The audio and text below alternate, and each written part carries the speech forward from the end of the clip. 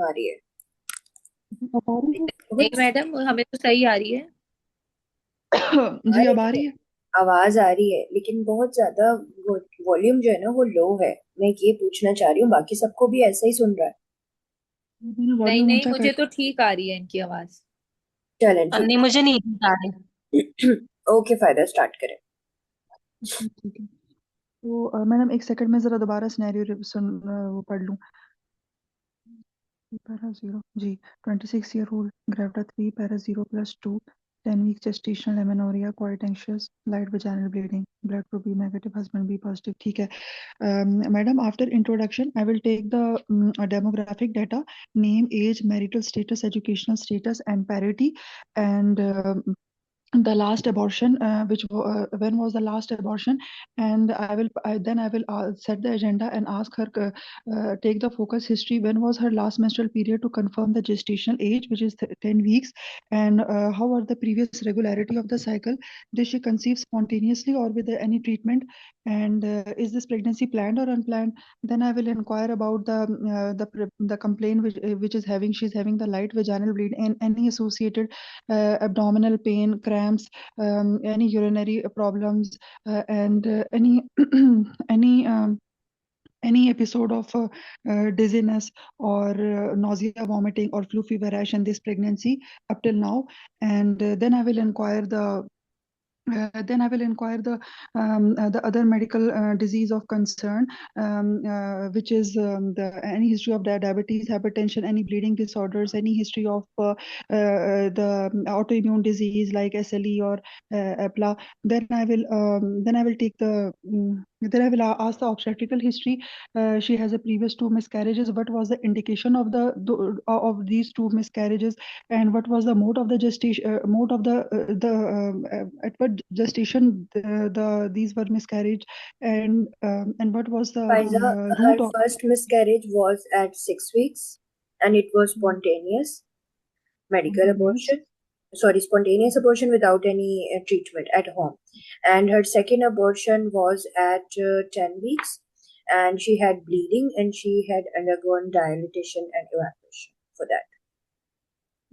DNC, ठीक है।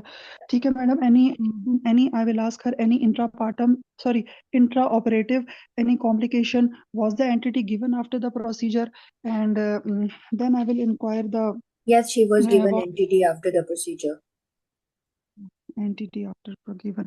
Okay, then I will inquire about the family history, surgical history, past any drug history, any treatment test and treatment, any booking investigation done up till now, and family support and the history of contraception before in between the pregnancies, what type of contraception she was practicing, and the family support at home.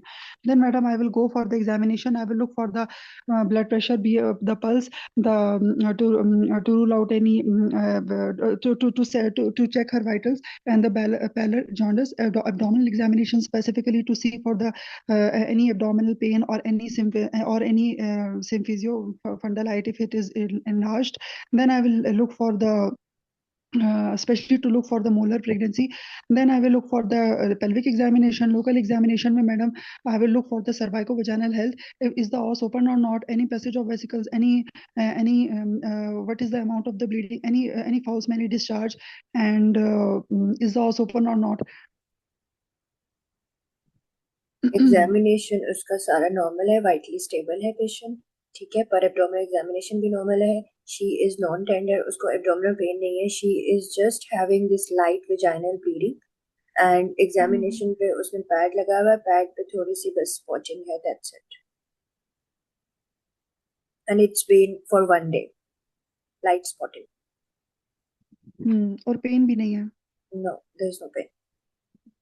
ठीक है madam, then I will ask madam, I need for management, I need some investigation and then I will proceed with what management. Investigation do So you need? I would like to need see the RH antibody titers. Negative. Okay, and the hemoglobin level, TLC, and platelet count, 11, hemoglobin is and 11, urine. rest things are fine. All things are fine. Okay, Adam, I would like to see the ultrasound for to see the pregnancy localization and the cardiac activity. Intrauterine pregnancy, cardiac flicker is positive. ठीक है. Okay. Okay, okay, madam, I am done with my investigation. I will explain my patient about the diagnosis and I will reassure her that What is the this is a mild diagnosis? bleed. Um, ji diagnosis. Mm-hmm. Madam ये threatened abortion. Okay. How will you counsel your patient? She is very anxious. She has 2 abortions. Yes. So, madam, I will explain my patient about the diagnosis that it is a threatened abortion, and I will reassure her that right now it is not, there is no any active complaint. I will start her with the folic acid, and I will She is folic already acid, and taking I will folic give. acid. Yes, and I will give her the progesterone support and give her How will you give the her out. progesterone support, Pfizer? जी How will you give her progesterone support? What जी madam, dose? I will give her the cyclogest pessary for 200 200 mg HS till 16 weeks. Okay. Uh-huh. Then, madam, I will counsel her that if any case of any heavy bleeding or any hypotension, then she will report to me, and I will treat her as a outpatient management, and I will advise her that she will be doing the she will repeat her antibody titers at the 28 weeks, and we will do the routine follow up. She will visit after 4 weeks, and and we will do the rest of her pregnancy will be continued with the second trimester with the anti-anemics and an anomaly scan at 20 weeks, and then we will anomaly scan at 40 anomaly scan at 10 weeks, sorry, 20 weeks, then an OGTT at 24 to 28 weeks, and we will do the screen fetal growth scan at 28 weeks, and uh, uh, and uh, and follow the antibody titers at 28 weeks, and take the pregnancy till term, and if there is any and take the pregnancy till term around 38 to 39 weeks until there is no indication of the early delivery, and we will and deliver and delivery will be done in a consultant-led care, and with the availability of the nursery facility and the availability of the pediatrician, and then active management of third stage of the labor will be done, and followed by the for the baby at the end after the delivery, baby cord blood will be sent for the hemoglobin RH factor and RH factor hemoglobin level, and the direct Coombs test and bilirubin, and if the blood group is positive baby ka, then we will give anti-D to the mother, and advise the breastfeeding and encourage contraception.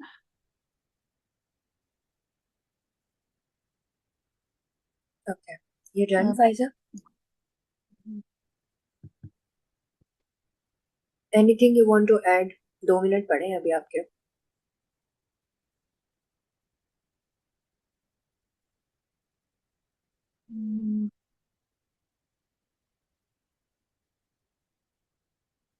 Pfizer आप बात कर रहे हो पर आपकी आवाज नहीं आ रही मुझे.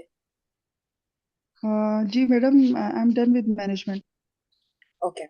ठीक है फायदा, आपकी टाइम मैनेजमेंट अच्छी थी. आपने 8 मिनट में सिनेरियो कंप्लीट कर लिया. आपकी हिस्ट्री अच्छी थी. आपने सारे इंपॉर्टेंट पॉइंट्स पूछ लिए.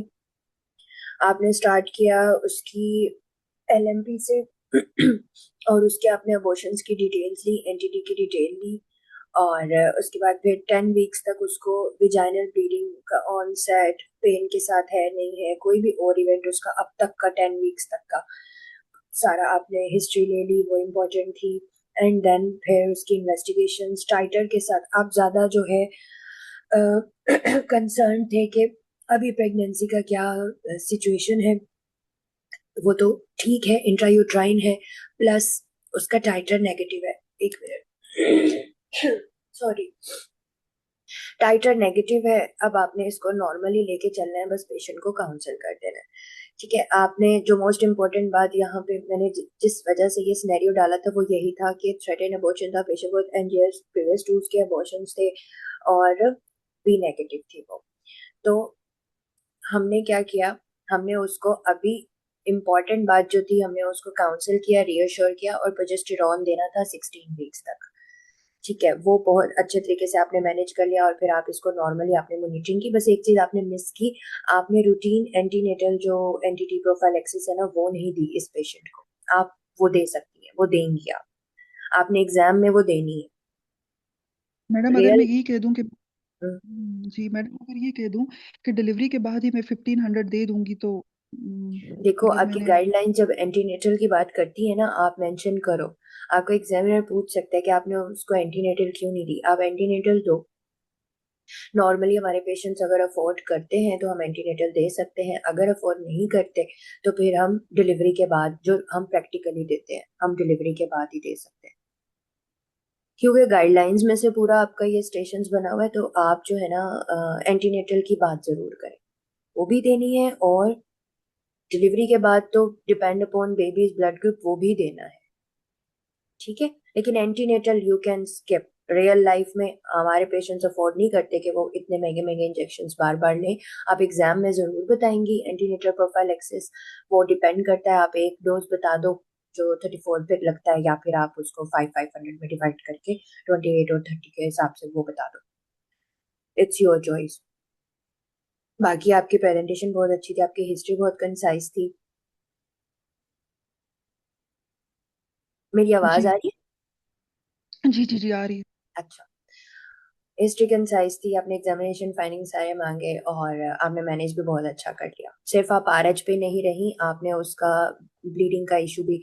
अब आपको पता होगा कि the patient with the previous history of miscarriage plus intrauterine pregnancy plus she is now symptomatic for miscarriage, like उसको vaginal bleeding हो रही है, स्लाइट ब्लीडिंग भी भले से हो रही है, तो हम उसको प्रोजेस्टेरोन देते हैं। ठीक है, थ्रेटन मिसकैरेज में हम प्रोजेस्टेरोन देते हैं। तो मुझे बस ये मैंने सिनेरियो रखा ही इसलिए था। ठीक है, इस ब्लीडिंग के अच्छा साथ साथ आपको एक तो क्वांटिफिकेशन करनी है कि ये एक्सेसिव ब्लीडिंग है या लाइट है, ये मेक श्योर करना है। प्लस उसको पेन तो नहीं है, कोई और इवेंट उसका अब तक, कोई भी और सेंसिटाइजिंग इवेंट अब तक उसका हुआ है, ताकि हम ये देखें कि हमें उसको एंटीटी देनी है। अगर इसको एक्सेसिव ब्लीडिंग होती तो आप एंटीटी फिर उसको देती। ठीक है, क्योंकि हस्बैंड का ब्लड ग्रुप आपको दिया हुआ है सिनेरियो में। सही है फायजा, आपकी कोई क्वेरी इस सिनेरियो जी में? एक मेरे मन में पूछना था कि हम डिलीवरी के बाद जब एंटीडी देते हैं तो हम बाद में क्लीहॉर टेस्ट नहीं कराते तो वो लेकिन हमने उसको हमने कैसे बोलना है उसको कि madam I will send the which test for मतलब मैं कहूंगी कि madam I will send the test for Kleihauer test for feto maternal haemorrhage to see that any other further dose is required और नॉट, मैंने ये नहीं, बात mention करनी है। नॉर्मली जो फर्दर डोज रिक्वायर्ड होता है ना वो कंटिन्यूस सेंसिटाइजिंग इवेंट में होता है, जैसे आपकी एपीएच की पेशेंट्स होती हैं, है ना, प्लासेंटा जी प्रीविया वाली होती हैं जो कंटिन्यू ब्लीड करती रहती हैं, उस सिचुएशन में हम प्रेगनेंसी में क्लियर टेस्ट करवाते हैं कि हमने डोज तो दे दिया उसको एंटीटी। ठीक है, लेकिन हम कंटिन्यू, क्योंकि हेमरेज हो रहा होता है उसमें, तो हमने इसलिए उसको उसकी क्वांटिफिकेशन करते रहने होती है कि मजीद डोज की जरूरत तो नहीं है। नॉर्मली तो प्रेगनेंसी के बाद बस आप सिर्फ वो जो डिलीवरी में उसकी सेंसिटाइजेशन हुई है ना उसके लिए वो डोज इनफ होता है जो आप प्रेगनेंसी के बाद देते हो, सॉरी डिलीवरी के बाद देते हो। ठीक है, और वो ऐसे मतलब नहीं देना, बेबी का ब्लड ग्रुप जब आप कराओगे वो आएगा तो फिर आप दे दो। और उसको आपने बोलना है कि within 70, ideal is within 72 hours, but it can be given up to 10 days. Although सही उसकी है। एफिकेसी कम हो जाती है लेकिन वो स्टिल काम करता है। सही है और मैडम ये डोज सही बताई थी प्रोजेस्टेरॉन की 200 mg। यार, प्रोजेस्टेरॉन की डोज पे मैं आती हूँ। प्रोजेस्टेरॉन की डोज जो है ना वो है बीडी में टू दूं? हंड्रेड बीजी है। हाँ बीजी ठीक है। है। इसको ऐसे याद करो कि जब मिसकैरेज का रिस्क होता है ना, तो हमने हाँ प्रेगनेंसी को सस्टेन करना है, मुझे ज्यादा डोज देना होता है। प्री टर्म लेबर में कम है, उसमें ओटी है। एक मिनट, मुझे एक कंफ्यूजन है कि ये 200 है या 400 है, let me just confirm. 400 400 mg H S. एक मिनट, पैसे आई फ्री। थिंक ये 400 है। तो अगर मैं 400 दे रही हूँ तो फिर मैं ओडी कर दूंगी, और अगर हाँ 200 दे रही हूँ तो हाँ बीडी दूंगी। हाँ हाँ हाँ, जस्ट अ मिनट, ठीक है। मुझे बस ये कंफर्म करने दो।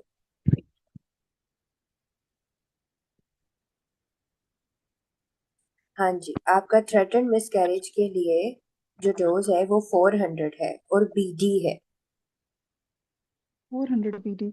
हाँ जी, 4 गाइडलाइंस के हिसाब से 400 बीडी है थ्रेटन मिसकैरेज में। और प्री टर्म लेबर के लिए जो आप देती हो वो आप 200 देती हो। तो इसको मैंने 200 ऐसे mg ओडी। याद किया है कि मिसकैरेज में क्योंकि हमें प्रेगनेंसी बचानी है तो ज्यादा डोज है, और प्री टर्म लेबर में सिर्फ हमें लेबर को बचाना है ताकि लेबर में वो ना जाए, तो उसका डोज थोड़ा हाफ है। ठीक है। ठीक है, ये नाइस में लिखा सही। हुआ है, देख लेना एक बार और फिर याद कर लो इसे। किसी की कोई क्वेरी इस सिनेरियो में, फिर हम नेक्स्ट सिनेरियो पे चलते हैं। ये मैंने खुद अर्ली प्रेगनेंसी का एक डाला है ताकि इस तरीके से लेके चलना आना चाहिए पेशेंट। एनीबडी? मैम ये जो रूटीन एंटीनेटल प्रोफिलैक्सिस है तो इसमें 28 और 34 वीक्स पे देते हैं ना, तो उसमें क्लेहॉर टेस्ट तो नहीं नहीं करेंगे ना? नहीं डायरेक्ट 500 की नहीं, डोज है टेस्ट नहीं 28 और देते, टेस्ट नहीं करते। टेस्ट सिर्फ हम तब करते हैं जब कोई सेंसिटाइजिंग इवेंट कंटिन्यू होता है। आपने एंटीडी दे दी, उसको फिर से ब्लीडिंग हो रही है, तो वो तो सेंसिटाइज होती जाएगी ना, मतलब से ये हेमरेज होता जाएगा। तो फिर हम मजीद क्लियर टेस्ट करवा लेते हैं ताकि ये देखने के लिए कि मजीद एंटीडी की जरूरत है इसको, जो हमने एंटीडी दी है वो इनफ है। नॉर्मल जो आपका नॉर्मल पेशेंट चल रहा है ना, जिसको आप प्रोफाइलेक्टिकली दे रहे हो, उसके लिए कोई क्लियर टेस्ट नहीं है। Clear test is just for the sensitising event in the pregnancy. ठीक है, और वो भी 20 वीक्स के बाद जो भी और मैम इस सेंसिटाइजिंग पेशेंट इवेंट की होता है ना, ब्लीडिंग 20 वीक्स के बाद जो सेंसिटाइजिंग इवेंट्स हो रहे होते हैं उसमें हम करवाते हैं एनटीटी के बाद। उससे पहले 12 वीक्स, एक जो हम 12 वीक से पहले सेंसिटाइजिंग इवेंट में देते हैं 250 डोज, उसमें भी क्लियर टेस्ट नहीं होता। और उसके बाद जो 12 से लेके 20 तक होता है उसमें भी हम नहीं करवाते क्लियर टेस्ट। कि एक चार्ट है एक गाइडलाइन का, वो पढ़ लेना, उसमें लिखा हुआ है ये सारा।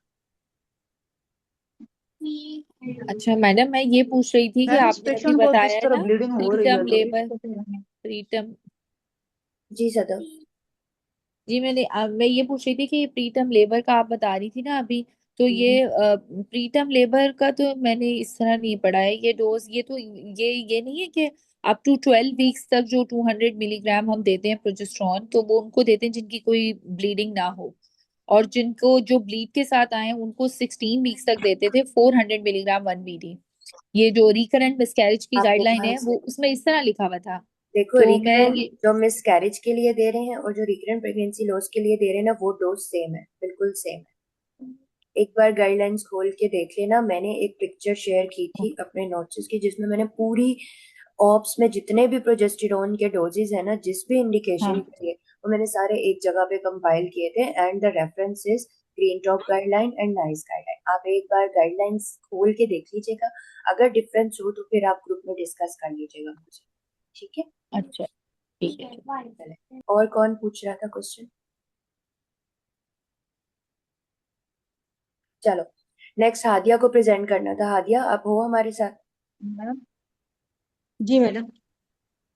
फायजा आपका कोई क्वेश्चन था क्या? कोई पीछे से बोल रहा है थोड़ी सी छोटी सी आवाज में। No no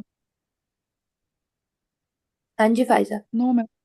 no okay ma'am, okay no ma'am. Okay okay, चलें जी हादिया, आपका सिनेरियो है this.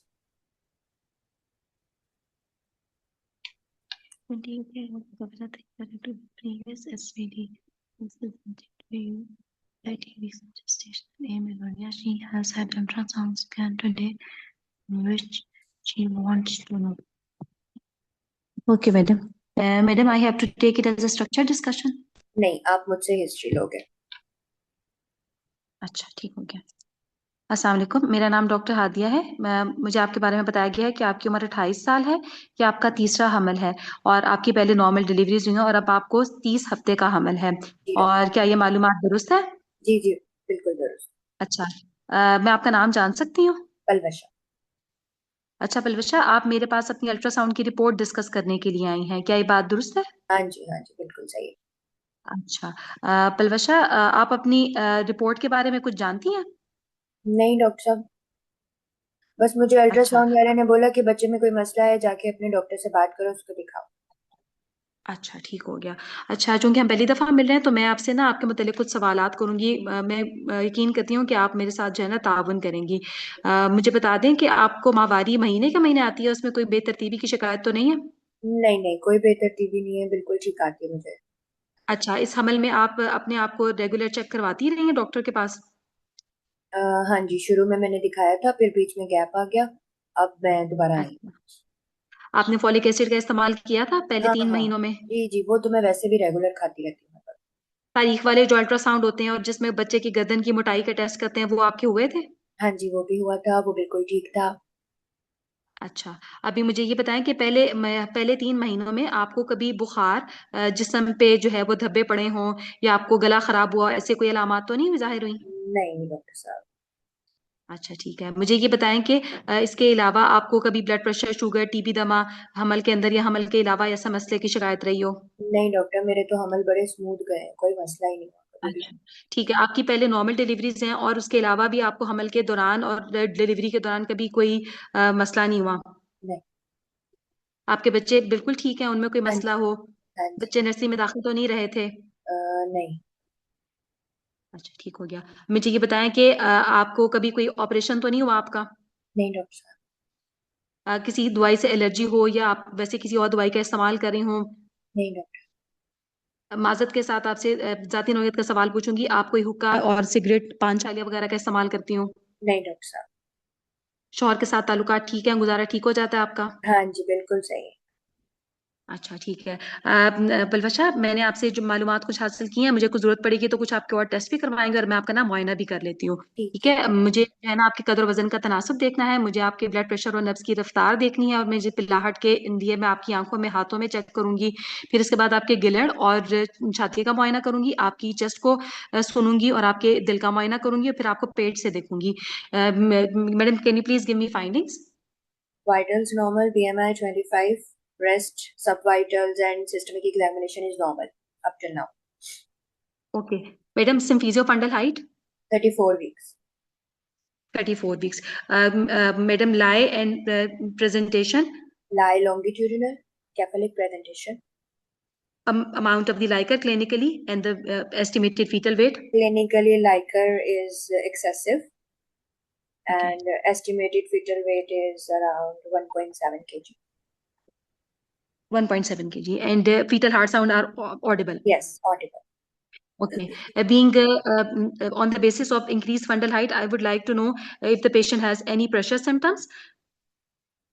Your history is pass. How are But you assessing the pressure symptoms on examination, Nadia? Madam, मेरे साथ पेशेंट से जब मैं बातचीत करी थी, पेशेंट ने कुछ मुझे अपने हमल में किसी मसले के बारे में नहीं बताया। अब चूंकि मुझे इसकी फाइंडिंग्स में पता लग रहा है, तो इसलिए मैं इसको रूल आउट करना चाहूंगी। मैं स्किप कर चुकी हूँ उसको। आई नो कि मैं हिस्ट्री में नहीं पूछा इसको, लेकिन अगर मुझे यहाँ पे फाइंडिंग मिले तो मैं अपोलोजाइज करके पूछ सकती हूँ। There is no any such finding. No pressure symptoms? Yeah. Okay madam. Madam, अब shall I proceed further? Yes. Okay. Palwasha, जैसे मैंने आपसे बातचीत की और आपका मुआयना भी किया, और मैं अब आपको आपकी रिपोर्ट के बारे में बताना चाहूंगी। क्या इसके अलावा आपके कोई और टेस्ट हुए हैं? जी डॉक्टर साहब, हुए। अच्छा, मुझे आप उनके बारे में बता दें। आपका ब्लड की रिपोर्ट जिसमें हीमोग्लोबिन हो, प्लेटलेट और WBC काउंट? डॉक्टर साहब मेरा अच्छा okay sorry haemoglobin is 10. Okay madam. Blood group with Rh factor? B negative. B negative. Husband's blood group? A positive. A positive. Urine complete analysis for the pus protein nitrates and pus cells? Unremarkable. Unremarkable. Dating scan?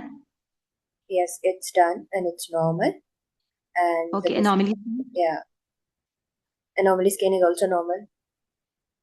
Okay, recent obstetrical scan is the one which is Yes. in the picture? Yes. Okay, madam. Or madam, any other antibody titers have been done? antibody titer is positive.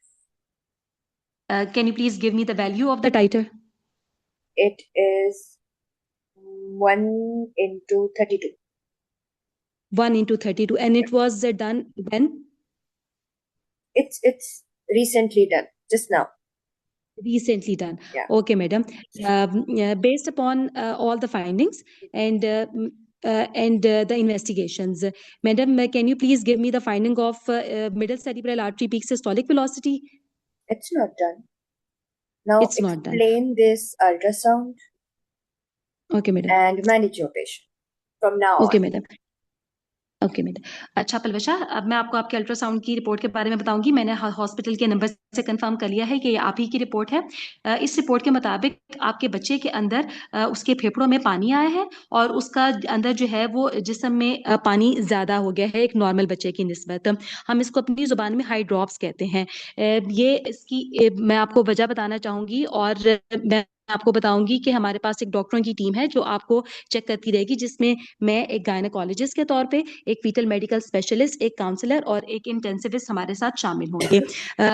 हमें ultrasound के ऊपर ये पता लग रहा है कि आपके और आपके शौहर के ब्लड ग्रुप में मुताबिकत ना होने की वजह से आपके बच्चे में एक पेचीदगी नुमायां हो चुकी हुई है, जिसको हम हाई ड्रॉप्स कहते हैं। इसके लिए हमें आपको जो है वो फीटल मेडिकल स्पेशलिस्ट को रेफर करना होगा, जो आपके बच्चे के जो है वो खून के कुछ ऐसे अल्ट्रासाउंड होते हैं जिसको हम मिडल सेरिब्रल आर्टरी कहते हैं, उस पे इसको चेक करेंगे और उसके मुताबिक उसको जो है वो आगे लेके चलेंगे। और मैं आपको बताती चलूं कि चूंकि इस अल्ट्रासाउंड के ऊपर बच्चे के अंदर हाई ड्रॉप्स पैदा हो चुका हुआ है, हमें इसके अंदर आगे जो है कुछ इन्वेजिव टेस्टिंग जिनको हम कहते हैं कि जिसमें हमें बच्चे के कुछ मुश्किल टेस्ट करने होंगे, जिसमें हम उसके अंदर फिर अगर खून की कमी हमें जब नजर आती है तो हमें उसको खून लगाना पड़ता है। आप परेशान ना हो। आपको मेरी बात समझ आ रही है पलवशा? डॉक्टर साहब, ये ऐसे कैसे एकदम से ये सब हो गया? मेरा बच्चा 20 हफ्ते तक तो बिल्कुल ठीक था, सब सही जा रहा था। अच्छा पलवशा, ऐसा होता है कि जैसे आपने बताया कि आपके पहले आपका ब्लड ग्रुप नेगेटिव है, क्या आपको महंगा टीका लगा था आपने पिछले वाले हमल में? नहीं डॉक्टर साहब, मुझे पिछले बच्चों में तो नहीं लगा, किसी ने मुझे बताया भी नहीं। और इस हमल में कभी आपको कभी खून लगा हो या आपको खून पड़ा हो या आपको कोई और कभी कोई आपका एक्सीडेंट वगैरह हुआ हो? नहीं, कुछ भी नहीं हुआ ऐसा तो। बाज़ दफा ऐसा होता है कि इसकी कोई भी वजह नहीं होती, लेकिन आपके और आपके शौहर में अगर खून मुताबिकत का ना हो और ऐसा बच्चा आपके अंदर नशोमा पा रहा हो कि जो जैसे आपके अंदर नेगेटिव है और बच्चे के अंदर जो है वो ब्लड ग्रुप पॉजिटिव है, इसकी वजह से क्या होता है कि जो आपके अंदर बनी हुई एंटीबॉडीज होती हैं वो बच्चे के अंदर जो उनके सुर्ख खुलिये होते हैं उनकी एंटीबॉडीज के साथ रिएक्ट करती हैं और बच्चे के अंदर खून की कमी वाक़या करके फिर उसके अंदर यहाँ पे पानी भरने लग पड़ता है। ये एक डॉक्टर साहब, ऐसी मेरा सूरत हाल इलाज हो जाएगा? मेरा बच्चा बच जाएगा? जी जी, मैं आपको ये बताना चाह रही हूँ कि इसमें आपके बच्चे को जो है ना दिल की कमजोरी वाक़या हो रही होती है और इसमें एकदम से जो है ना बच्चा पेट में फौत हो सकता है, लेकिन अगर हम इसको बर वक्त इलाज करें और इसको जो इसकी इस वक्त की ज़रूरत है वो हम इसका तरीका इलाज शुरू कर दें, तो हम इस बच्चे को फेफड़ों की मजबूती के इंजेक्शन लगा के और बर वक्त हम इसको डिलीवर कर सकते हैं। इसके लिए हमें फीटल मेडिकल स्पेशलिस्ट एक्सपर्ट की हमें तजवीज़ लेना होगी और वो आपके बच्चे को जो है वो इंट्रा यूट्राइन ट्रांसफ्यूजन, पेट के अंदर खून का अगर कमी डायग्नोज होती है तो वो करेंगे, जिससे पहले वो आपके कुछ टेस्ट करेंगे और उसके लिए हम आपके बच्चे की जो नाड़ होती है वहां से उसका क्या कहते हैं उसको ट्रांसफ्यूज करेंगे। और इस दौरान मैं आपको बताती चलूं कि बच्चे के पेट में फौत हो जाने का भी खतरा होता है और ये होता है कि हम इसको हर 3 से 4 हफ्ते के बाद खून की कमी के ऊपर नजर रखते हुए दोबारा से हमें खून लगाने की जरूरत पड़ सकती है। और 34वें हफ्ते पे पहुंच के हम बच्चों के फेफड़ों के इंजेक्शन लगा के, मजबूत करने वाले इंजेक्शन लगा के उसकी हम डिलीवरी करा देते हैं और उसके बाद भी हम उसके बच्चे के ब्लड ग्रुप को चेक करते हैं, उसकी आवल से उसके नाड़ू से ब्लड लेके, साथ में उसके अंदर हीमोग्लोबिन के लेवल को चेक किया जाता है और उसके बिलीरुबिन को, और साथ में उसकी जो है ना एंटीबॉडी लेवल्स को चेक किया जाता है। ऐसे बच्चों को पैदाइश के बाद भी खून की कमी होने की वजह से खून लगाना पड़ सकता है। और आपको कहते हैं इस बच्चे के लिए हम ये सारी जो इसकी निगहदाश्त है इसके बारे में भी बताएंगे, और आपको इसके लिए बताया जाएगा कि आपने आगे वाले हमल के अंदर इस चीज़ के लिए मोहतात रहना है कि जब आपको हमल होगा तो आपके अर्ली टेस्ट होंगे ताकि हम ये जान सकें कि बच्चे के अंदर जब आपके बच्चा जो है वो पॉजिटिव है या नेगेटिव है, और ताकि अगले बच्चे के अंदर हम ये रिस्क जो है उसको कम बचा सकें।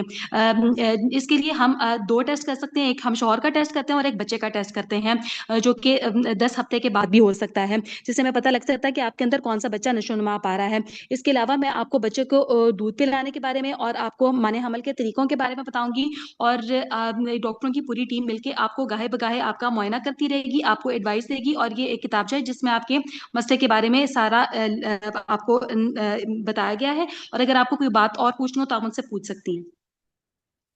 डॉक्टर में डिलीवरी कैसे करवाएंगी आप? अगर तो क्या कहते हैं आपके अंदर बच्चे को नॉर्मल डिलीवरी कराने की कोई ममानियत नहीं होती है, अगर लेकिन हम इसमें ज़्यादा हम अपना जो बड़ा ऑपरेशन करने का जो वजूहात होती हैं उसको मद्देनज़र ज़्यादा रखते हैं। अगर कभी भी ज़रूरत हो तो हम बड़ा ऑपरेशन भी कर सकते हैं, लेकिन अगर सब कुछ ठीक रहे तो हम बच्चे को नॉर्मल डिलीवरी कराने में कोई मज़ायका नहीं होता, जिसमें हम आपको एक ख़ास लेबर रूम में डिलीवर कराते हैं जो कि टर्शरी केयर हॉस्पिटल का होता है, जहाँ पे बच्चे की धड़कन की लगातार मॉनिटरिंग होती है, और किसी भी वक्त अगर कोई पेचीदगी हो तो हम आपका जल्दी बड़ा ऑपरेशन कर देते हैं। बलवशा, आप कुछ और पूछना चाहेंगी? नहीं डॉक्टर साहब, शुक्रिया। ओके आदि, आपका बीच में टाइम मैनेजमेंट या आप बता रही थी तो टाइमर आपका बीप कर गया था, but I didn't interrupt you. अच्छा, माशाल्लाह आपकी उर्दू बहुत अच्छी है, जिसमें से हम लोग 50% लोग स्ट्रगल करते हैं। काउंसलिंग उर्दू के वर्ड्स बिल्कुल आपके जो है ना वो परफेक्ट है, बहुत अच्छी है। अब आ जाते हैं आपकी पूरी सिनेरियो पर। आदिया, आपकी हिस्ट्री बहुत डेफिशिएंट थी, बहुत ज़्यादा डेफिशिएंट थी। If you will leave the most important details during the history and you will be asking these things in the examination and the counseling section when this is the structured discussion,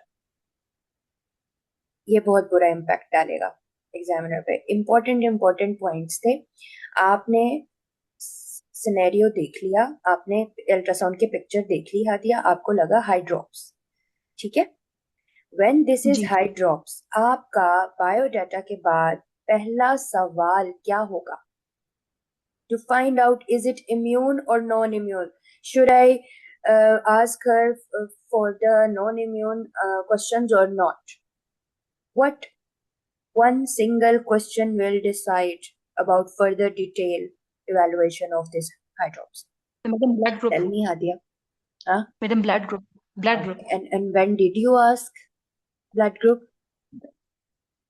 when in the investigation। मैं Investigation. वैसे madam पता नहीं कि मैं जब इस scenario को देख रही थी ना, मैं बेसिकली ना अपने आप को ऐसे ले रही थी कि मुझे नहीं पता कि आज जो है ना हाई ड्रॉप्स का केस है, लेकिन मैं ना पिक्चर को भूल गई।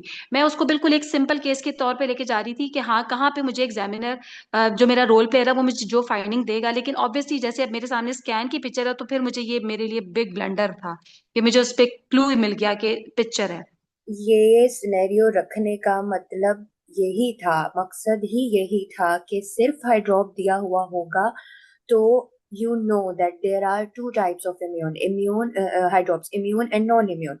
पहला क्वेश्चन जो वैसे ही हमारा बायोडाटा में ब्लड ग्रुप क्या है हम मरीज से पूछते हैं नॉर्मली भी, आपको अपना ग्रुप पता है ब्लड का? इट्स अ नॉर्मल क्वेश्चन, ये तो रूटीन का सवाल है। तो ये जी टेम्पलेट्स जो होती है ना बेसिकली ऐसे ही नहीं बनाई हुई, किसी बड़े अक्लमंद बंदे ने बनाई हुई है कि आपको क्लूज इस टेम्पलेट से ही मिल जाते हैं हर चीज के, इसीलिए कहते हैं बार बार stick to the template, stick to the template. तो चंदा, आप शुरू में ही अगर उसका ब्लड ग्रुप पूछ लेती आपकी जिंदगी हो जाती आसान, आप बाकी चीजें ऐसे ही मैडम। फिर नहीं पूछती, ठीक है। हाँ चलो, अच्छा उसमें अब आ जाओ, फिर एलएमपी हो गया, फिर उसके प्रीवियस एसवीडीज ठीक थे। अच्छा जी, 30 वीक्स तक, अब तक उसको सेंसिटाइजिंग। अभी जो इम्पोर्टेंट हमारा कंसर्न था वो ये था कि does she know about the ultrasound? No, she did it. Then you asked about the sensitizing event up till now 30 weeks तक कोई भी sensitizing event उसके साथ अब तक हुआ है जिसमें आ जाता है उसका क्या कहते हैं कोई भी ब्लीडिंग कोई इंस्ट्रूमेंटेशन उसके साथ हुई हो क्या पता उसने सीवीएस वगैरह कुछ ऐसा शुरू में करवाया हो चलो ठीक है हिस्ट्री में आपने एनटी पूछी उसने नॉर्मल बता दी तो आगे सवाल बनता नहीं अगर बताती कि कोई मसला था तो फिर आप पूछ लेती आपको खुद ही क्लू मिल जाता ओके इसको छोड़ो प्रीवियस बेबीज के बारे में पूछा लेकिन प्रीवियस बेबीज के ब्लड ग्रुप का नहीं पूछा वहां ही पूछना था ब्लड ग्रुप बड़ा इंपॉर्टेंट था एनटीडी भी बड़ी कोई देर जाके आपने पूछी है बाद में जाके यही 3 सवाल थे इस सिनेरियो के हिस्ट्री तो इसकी है ही बड़ी छोटी यही 3-4 मेन पॉइंट थे जो आपको यहाँ पूछने थे और आगे चलना था लेकिन वही चीजें जो है ना आपकी मिस हो गई तो हिस्ट्री प्लीज हिस्ट्री पे काम करो थोड़ा सा इस सिनेरियो से बहुत इसकी छोटी सी कंसाइज सी हिस्ट्री है ठीक हो गया उसके बाद अब हिस्ट्री चलो हिस्ट्री से निकल आते हैं अब एग्जामिनेशन अच्छा हिस्ट्री में एक इम्पॉर्टेंट पॉइंट जब भी आपको पोली का केस मिलता है जब भी आपको ये हाइड्रोप्स का मिलता है वो बंदी को प्रेशर सिम्टम्स तो आएंगे ना इसमें ये भी पूछने हैं हमें हाइड्रोप्स जब हमें मिलेगा आपको सांस में तकलीफ तो नहीं होती आपको ब्लड प्रेशर वो नॉन इम्यून हाइड्रोप्स में फिर हम ब्लड प्रेशर वाला पूछते हैं वैसे तो नॉर्मली तो मेडिकल हिस्ट्री में आपने सारी चीजें पूछनी है कि आपका ब्लड प्रेशर शुगर सब सही रहा है इस अमल में तो वो सारी चीजें साथ ही साथ की निकलती आती है अगर कुछ निकलना होता है तो ठीक है अच्छा इससे प्रेशर सिम्टम्स वेरी इंपॉर्टेंट जो पूछने थे आपको अब आ जाते हैं इसकी एग्जामिनेशन में आपको डिस्क्रिपेंसी मिल गई 34 वीक्स की बाकी सारी चीजें चलो ओके हो गया उसमें फिर अब मैनेजमेंट पर आ जाओ मैनेजमेंट में आपने बहुत अच्छा काउंसल किया मरीज को आपकी उर्दू से तो मैं इम्प्रेस हो गई बहुत अच्छे तरीके से आपने उसको बताया मुझे भी नहीं आती ऐसे अभी तक नहीं इतनी अच्छी उर्दू आती एक्सप्लेन करने के लिए ठीक है अब इसकी मैनेजमेंट में आपने बोला कि आप मिडल सेरेब्रल आप फॉलो करेंगी मिडल सेरेब्रल आर्टरी डॉपलर से या फिर आप डायरेक्ट बस इसको फीटल मेडिसिन यूनिट में भेज देंगे इंट्रायूटेरिक स्टेज नहीं ट्रांसफ्यूजन मैंने कंफ्यूज हो जाएगी ये अब हाई ड्रॉप्स डेवलप हो गया हुआ है इसकी कॉर्डोसेंटेसिस होगी और इसको इंट्रायूटेराइन ट्रांसफ्यूजन होगी ये अब मिडल सेरिब्रल आर्टरी वाले से आगे चला गया था हाँ जी ये आगे चला गया बिल्कुल सही अब बस इसकी ट्रीटमेंट होगी और ये मैक्स 34 वीक्स तक जाएगा स्टीरॉइड दिया जाएगा अब इसमें आपने सेंटर्स का बोला आप सेंटर्स एग्जामिनर आपसे पूछ भी सकते हैं कहाँ रेफर करोगी सेंटर्स वगैरह तो वो आपको पता है अच्छा यार जिसने भी पिछली चैट में जितने भी कुछ अगर क्वेश्चंस वगैरह पूछे हैं ना वो दोबारा पूछ लेना क्योंकि मुझे मौका नहीं मिला कि मैं चैट साथ साथ खोलती हादिया बताएंगी सेंटर्स कौन कौन से हैं मैडम जो मुझे नॉलेज में वो है फातिमा मेमोरियल लाहौर में और इस्लामाबाद में शिफा इंटरनेशनल है हाँ जी और कराची में आगा खान गंगाराम कराची में आगा खान ठीक है ये मोटे मोटे बस 3-4 ही बता देना ताकि आपके एग्जामिनर को पता हो कि आपको पता है दुनिया का ठीक है अच्छा अब हादिया इसमें एक चीज मुझे आपसे दोबारा पूछनी है आपने उसको सारी चीजें मैनेज की आपने उसको नेक्स्ट प्रेगनेंसी तक भी माशाल्लाह बताया कि अगली का उसका क्या आपका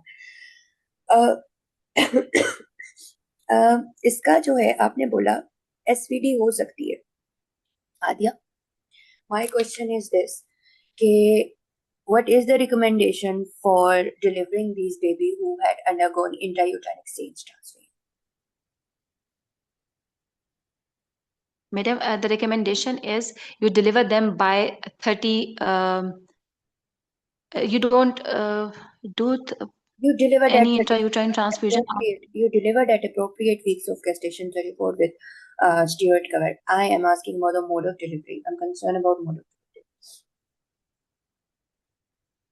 Madam, since my patient has 2 previous SVD and I'm going to deliver it at 34 weeks, I will offer my patient NVD with the low threshold of cesarean section and with all the preparation of the cesarean section.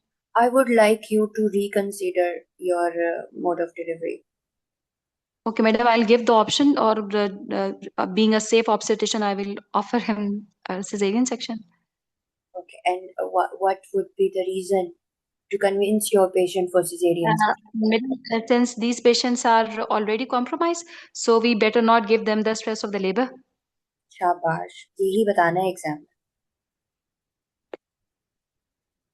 ठीक है यही बताना है इस तरह बताना है ऐसे नहीं कि मिनिमम थ्रेशोल्ड, नो, आप अपने patient, you know that, you know the good for the baby, उसका बेबी इतनी हार्डशिप से गुजरा है और ऑलरेडी स्ट्रेसफुल कंडीशन में रिपीटेशन से बचाने के लिए आप उसको 34 वीक्स पे डिलीवर करा रही है, वो बेबी लेबर का स्ट्रेस बेयर नहीं कर सकेगा, इट कैन गेट कॉम्प्रोमाइज्ड। आप अपने पेशेंट को ऑप्शन देंगे, बताएंगे कि ये रीजन है जिसकी वजह से बेहतर यही है कि आपका सिजेरियन सेक्शन हो, रिकमेंडेशंस भी यही है कि सिजेरियन सेक्शन हो, ठीक है। ये जस्टिफिकेशन ये है, the baby would unable to bear the stress of labour, उसको फिर से हमारे फेलियर जो रेट है ना, वो हमारी जो ट्रीटमेंट फेल हो सकती है, बेबी कॉम्प्रोमाइज हो सकता है, खुदा न खास्ता उसकी स्टिल बर्थ हो सकती है। तो ये सारी चीजें हमने पेशेंट को बतानी है, which is according to age per the recommendations. और इसमें एग्जामिनर ने मुझसे सवाल किया था, उसके प्रीवियस एसवीडीज हैं and you are going to give a scar to your patient. तब मैंने ये जस्टिफिकेशन दी थी, madam, baby is already under stress and this was a high risk pregnancy, it's very stressful condition for my patient, and I would give her the option of lower cesarean section। ठीक हो गया। ठीक है ना।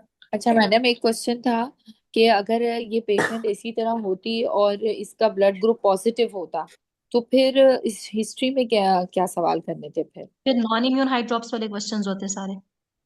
नहीं नहीं, वो तो पता है मुझे, लेकिन क्वेश्चन बता दें जैसे किस तरह जब देखो, पूछेंगे वो। आज का ना टॉपिक हमने रखा था RH इम्यूनो इम्यूनो क्या कहते हैं, अच्छा RH इनकम्पैटिबिलिटी, ठीक है। तो नॉन इम्यून अच्छा। मेरा दिल बहुत कर रहा था क्योंकि वो इसके साथ ही साथ चलता है, साथ ही कॉन्सेप्ट क्लियर हो जाना हाँ चाहिए कि चलो ब्लड ग्रुप पॉजिटिव है तो, लेकिन पता है नॉन इम्यून हाई ड्रॉप्स में एज पर रीजंस आपकी ट्रीटमेंट चल रही होती है, वो एक अलग टॉपिक है। अब मसला ये बीच में ईद आ रही, मैं चाह रही थी कि अगली क्लास होती और हाइड्रोप्स भी, नॉन इम्यून हाइड्रोप्स भी कवर हो जाता तो ये मसला खत्म हो जाता पूरे साथ के साथ, लेकिन हम एक और क्लास रखेंगे नॉन इम्यून पे, ठीक है। अच्छा अच्छा। और एक और क्वेश्चन ये था मेरा कि अगर जैसे इस पेशेंट की हिस्ट्री थी कि इसका प्रीवियस बेबी अगर सपोज हाइड्रॉप्स होता, ये हिस्ट्री देती और ये वाला बच्चा अभी बिल्कुल ठीक होता, तो अभी हमने इस बच्चे में टाइटस करवाने थे या डायरेक्ट MCA करवाना था? क्योंकि मेरे मैंने कहीं पास पढ़ा था कि जब इसके लिए, प्रीवियस बेबी। हाँ मेरे पास इसके लिए नेक्स्ट सिनेरियो है, हम उस पर आ रहे हैं, उसमें अच्छा आपका ये अच्छा। सारा क्लियर हो जाएगा, सारी चीजें, ठीक है। हम चलो नॉर्मल ठीक भी है। कर रहे हैं, हमने पहला सिनेरियो किया अर्ली प्रेगनेंसी के साथ, इसी RH इनकम्पैटिबिलिटी वाले फैक्टर्स के साथ, पार्टनर जो है वो पॉजिटिव है, मदर जो है वो नेगेटिव है, and she has arrived with 2 abortions and sensitising event, तो फिर आप कैसे लेके चलोगे, शुरू में ही कैसे मोहतात रहोगे, वो वाला सिनेरियो हो गया, हाइड्रोपिक हो गया। अब मैं एक और सिनेरियो ला रही हूँ, कौन प्रेजेंट कर रहा है नेक्स्ट? सॉरी डॉक्टर मैडम प्रवेशा, एक कॉल। बार फिर मैं दोबारा पूछ रही हूँ कि जो हाँ मेरा जी। वाला सिनेरियो था, इसमें जब अब मेरे पास टाइटर्स गिवन है, हाई ड्रॉप्स डेवलप हो गया वह, अभी मैंने उसको सिर्फ इंट्रायूट्राइन ट्रांसफ्यूजन के लिए काउंसल करना है। हाँ। और आप जैसे देयर इज नो। सारा डिलीवरी के बाद तक लेके गई हो, अगली प्रेगनेंसी के लिए भी आपने उसको काउंसल किया कि अगले में तो नहीं होगा, उसके लिए हम उसके पार्टनर का जीनोटाइप कराएंगे ताकि हम बता सकें उसको कि कितने चांसेस है उसके अगले बच्चे में।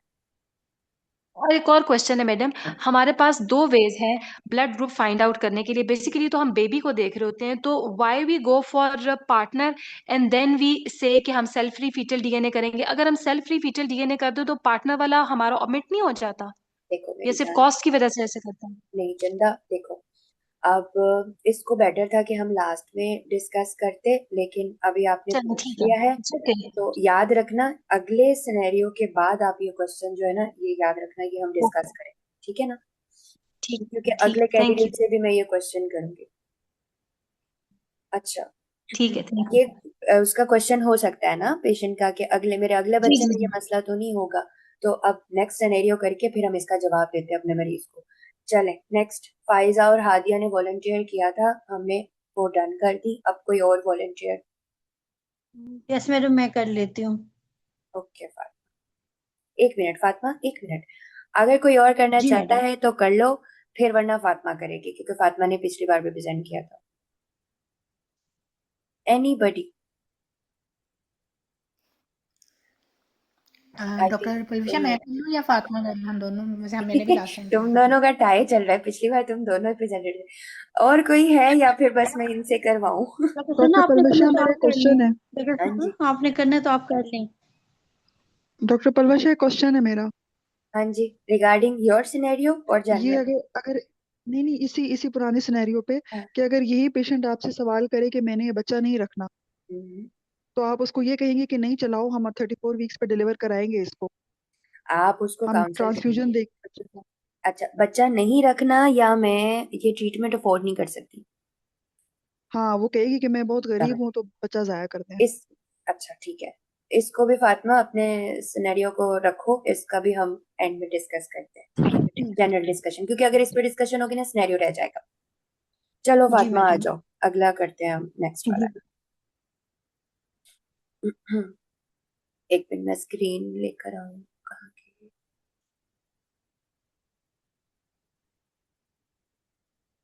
शेयर हो रही है स्क्रीन?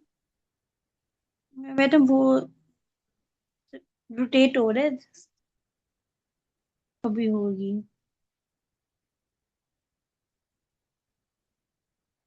जी मैडम, आप पहले वाला सिनेरियो शो हो रहा है। एक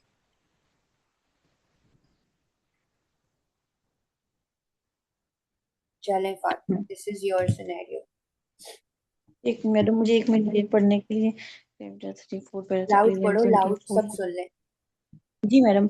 Patient Gravida 4 para 3 presented at 24 week of gestation. Her first baby was normal and alive. Her second baby had been treated for jaundice after birth, and third baby was stillbirth. Her blood group A negative and her antibody titer in this pregnancy is 1:32. Relevant history and examination. Okay madam. ये structure discussion है, Okay madam. ठीक है, चलो। जी madam. Okay, madam. I'm Dr. Fatma, one of the exam candidate. I read the scenario. I am ready for structural discussion. After mutual introduction, confirmation of the given detail, address concern, and set agenda. First of all, I take relevant history in this pregnancy. Either is a spontaneous conception and planned pregnancy, and first trimester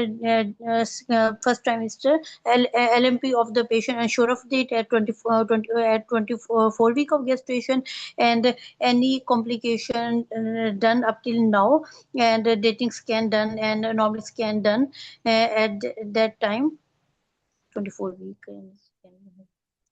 Okay madam, up till now any scan done, and normal scan, any complication present, and after this I ask about the previous obstetric history, and then I ask about the at the time of presentation any complication up till now, and fetal movement okay, and abdomen is according to gestation abdominal girth according to gestation, and any symptom of pressure symptom, blotting pressure symptoms, and shortness of breath.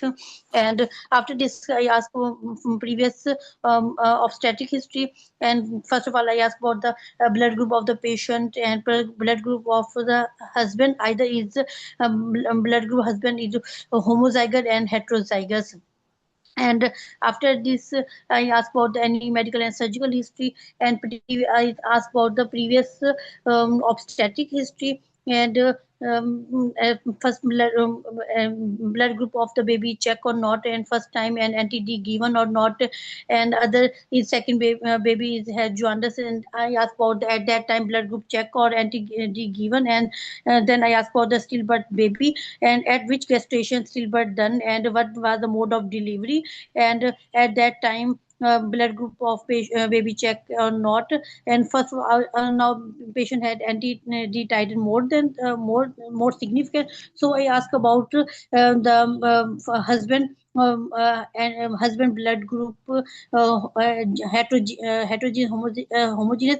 After this I consult the patient according to heterozygous. If husband blood group heterozygous, then 100% chance of blood group baby positive in this present baby. If husband group homozygous, that 50% chance.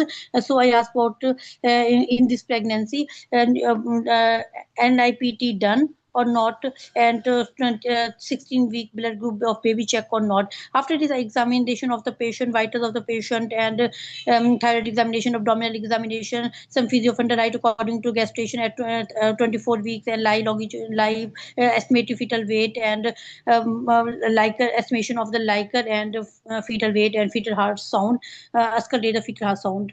After this, I go to management. First of all, baseline investigation, specific investigation, because titer is more than 1 in ratio 32. This is a significant titer. So I ask about the husband heterogeneity and blood group of the baby check or not up till now. And I consult the patient very empathetic way. I tell the patient, because patient had bad obstetric history. If I tell the patient if blood group of baby check or not. If I tell the both condition. If blood group of the husband, blood group of the baby positive, then I ask about them at that time middle cerebral artery Doppler. If middle cerebral artery Doppler Fatma, ratio one way. Fatma, जी I madam want to जी interrupt you and जी come out of hetero and homo, please. Now manage this patient based on these significant titers. Okay madam अब समझ आ गई ठीक है madam मैं इसमें Okay, madam. I consult the patient. I involve multidisciplinary team, obstetrician and fetal-maternal medicine unit, and hematologist and neonatologist. After this, I tell the patient more frequent visit and perform every 2 to 4 weekly middle cerebral artery Doppler. If the middle cerebral artery Doppler peak systolic velocity increase and more than 1.5 mom, and then after this I consult the patient, perform the blood group of the blood cord blood sampling. If hematocrit is less than 25, then need of the blood transfusion to fetus. Blood is O negative, Rh negative blood group, and एक minute, Fatima. blood group. Hold on. You said you Okay. will go for the middle cerebral artery Middle Doppler, cerebral right? artery. Then on what ground Yes, you ma'am. are going to take fetal sample for hemoglobin and hematocrit? I didn't get that. cord blood sampling से वो वहां से लेंगे. What is the indication for that chondrosynthesis? Madam अगर blood middle cerebral peak systolic velocity अगर 1.5 मोम से ज्यादा होगी तब लेंगे. Then you should have mentioned this. Madam ये मैंने मेंशन सॉरी मतलब मुझे लगा मैंने मेंशन की है कि Okay. अगर पीक सिस्टोलिक मोम 1.5 मोम से अगर ज्यादा होगा ना तब हम उसकी हेमाटोक्रिट देखेंगे. अगर हेमाटोक्रिट पे भी अगर वो उसका हेमाटोक्रिट लेस देन 25 mm होगा और HB अगर 6 से कम होगी तो फिर इंटरयूटाइन ब्लड ट्रांसफ्यूजन की नीड होगी और वो फिर मैटरनल मेडिसिन यूनिट में होगी. उसको पेशेंट को प्रोज एंड कॉन्स बताएंगे, उसकी अपनी कॉम्प्लिकेशन बताएंगे. Tell the patient complication either is an increased risk of miscarriage and infection, and after this repeat middle cerebral artery Doppler every 2 to 4 weeks. After this, if all thing is okay, if need blood transfusion two times per week, if everything okay at each visit, I monitor the mother, any symptom, pressure symptoms, and check the BP, blood pressure, and protein urea, and see the complication in maternal complication, and each visit fetal complication to see the because this is a reversible condition if blood transfusion done, and this condition of baby improve, and every 2 to 4 week visit at the 34 week, and plan delivery at 32 week, and mode of delivery C-section at the tertiary unit at which the facility of the blood transfusion, baby blood transfusion present. And after this baby at the time of delivery, C-section, and intrauterine transfusion of the baby, and exchange of the blood transfusion of the baby if needed, and monitor the mother and fetus need of the cord blood sampling, and for hemoglobin and bilirubin, and which is madam bus. Okay. ठीक है। फातिमा, आपकी history पे आ जाते हैं। जी वैसे तो आपने 8 minute में पेशेंट को कर लिया है मैनेज। आपकी हिस्ट्री पे आ जाते हैं। आपने स्टार्ट सही किया था। देन आपने हिस्ट्री में बाकी सब चीजें छोड़ो, जो मेरा कंसर्न है ना वो ये है, आप हिस्ट्री में if the I will ask about the heterogeneity, if this homo, if this hetero, ये आप हिस्ट्री में what was the significance of this thing, will your patient be able to tell you that it's hetero or homo genotyping of my partner?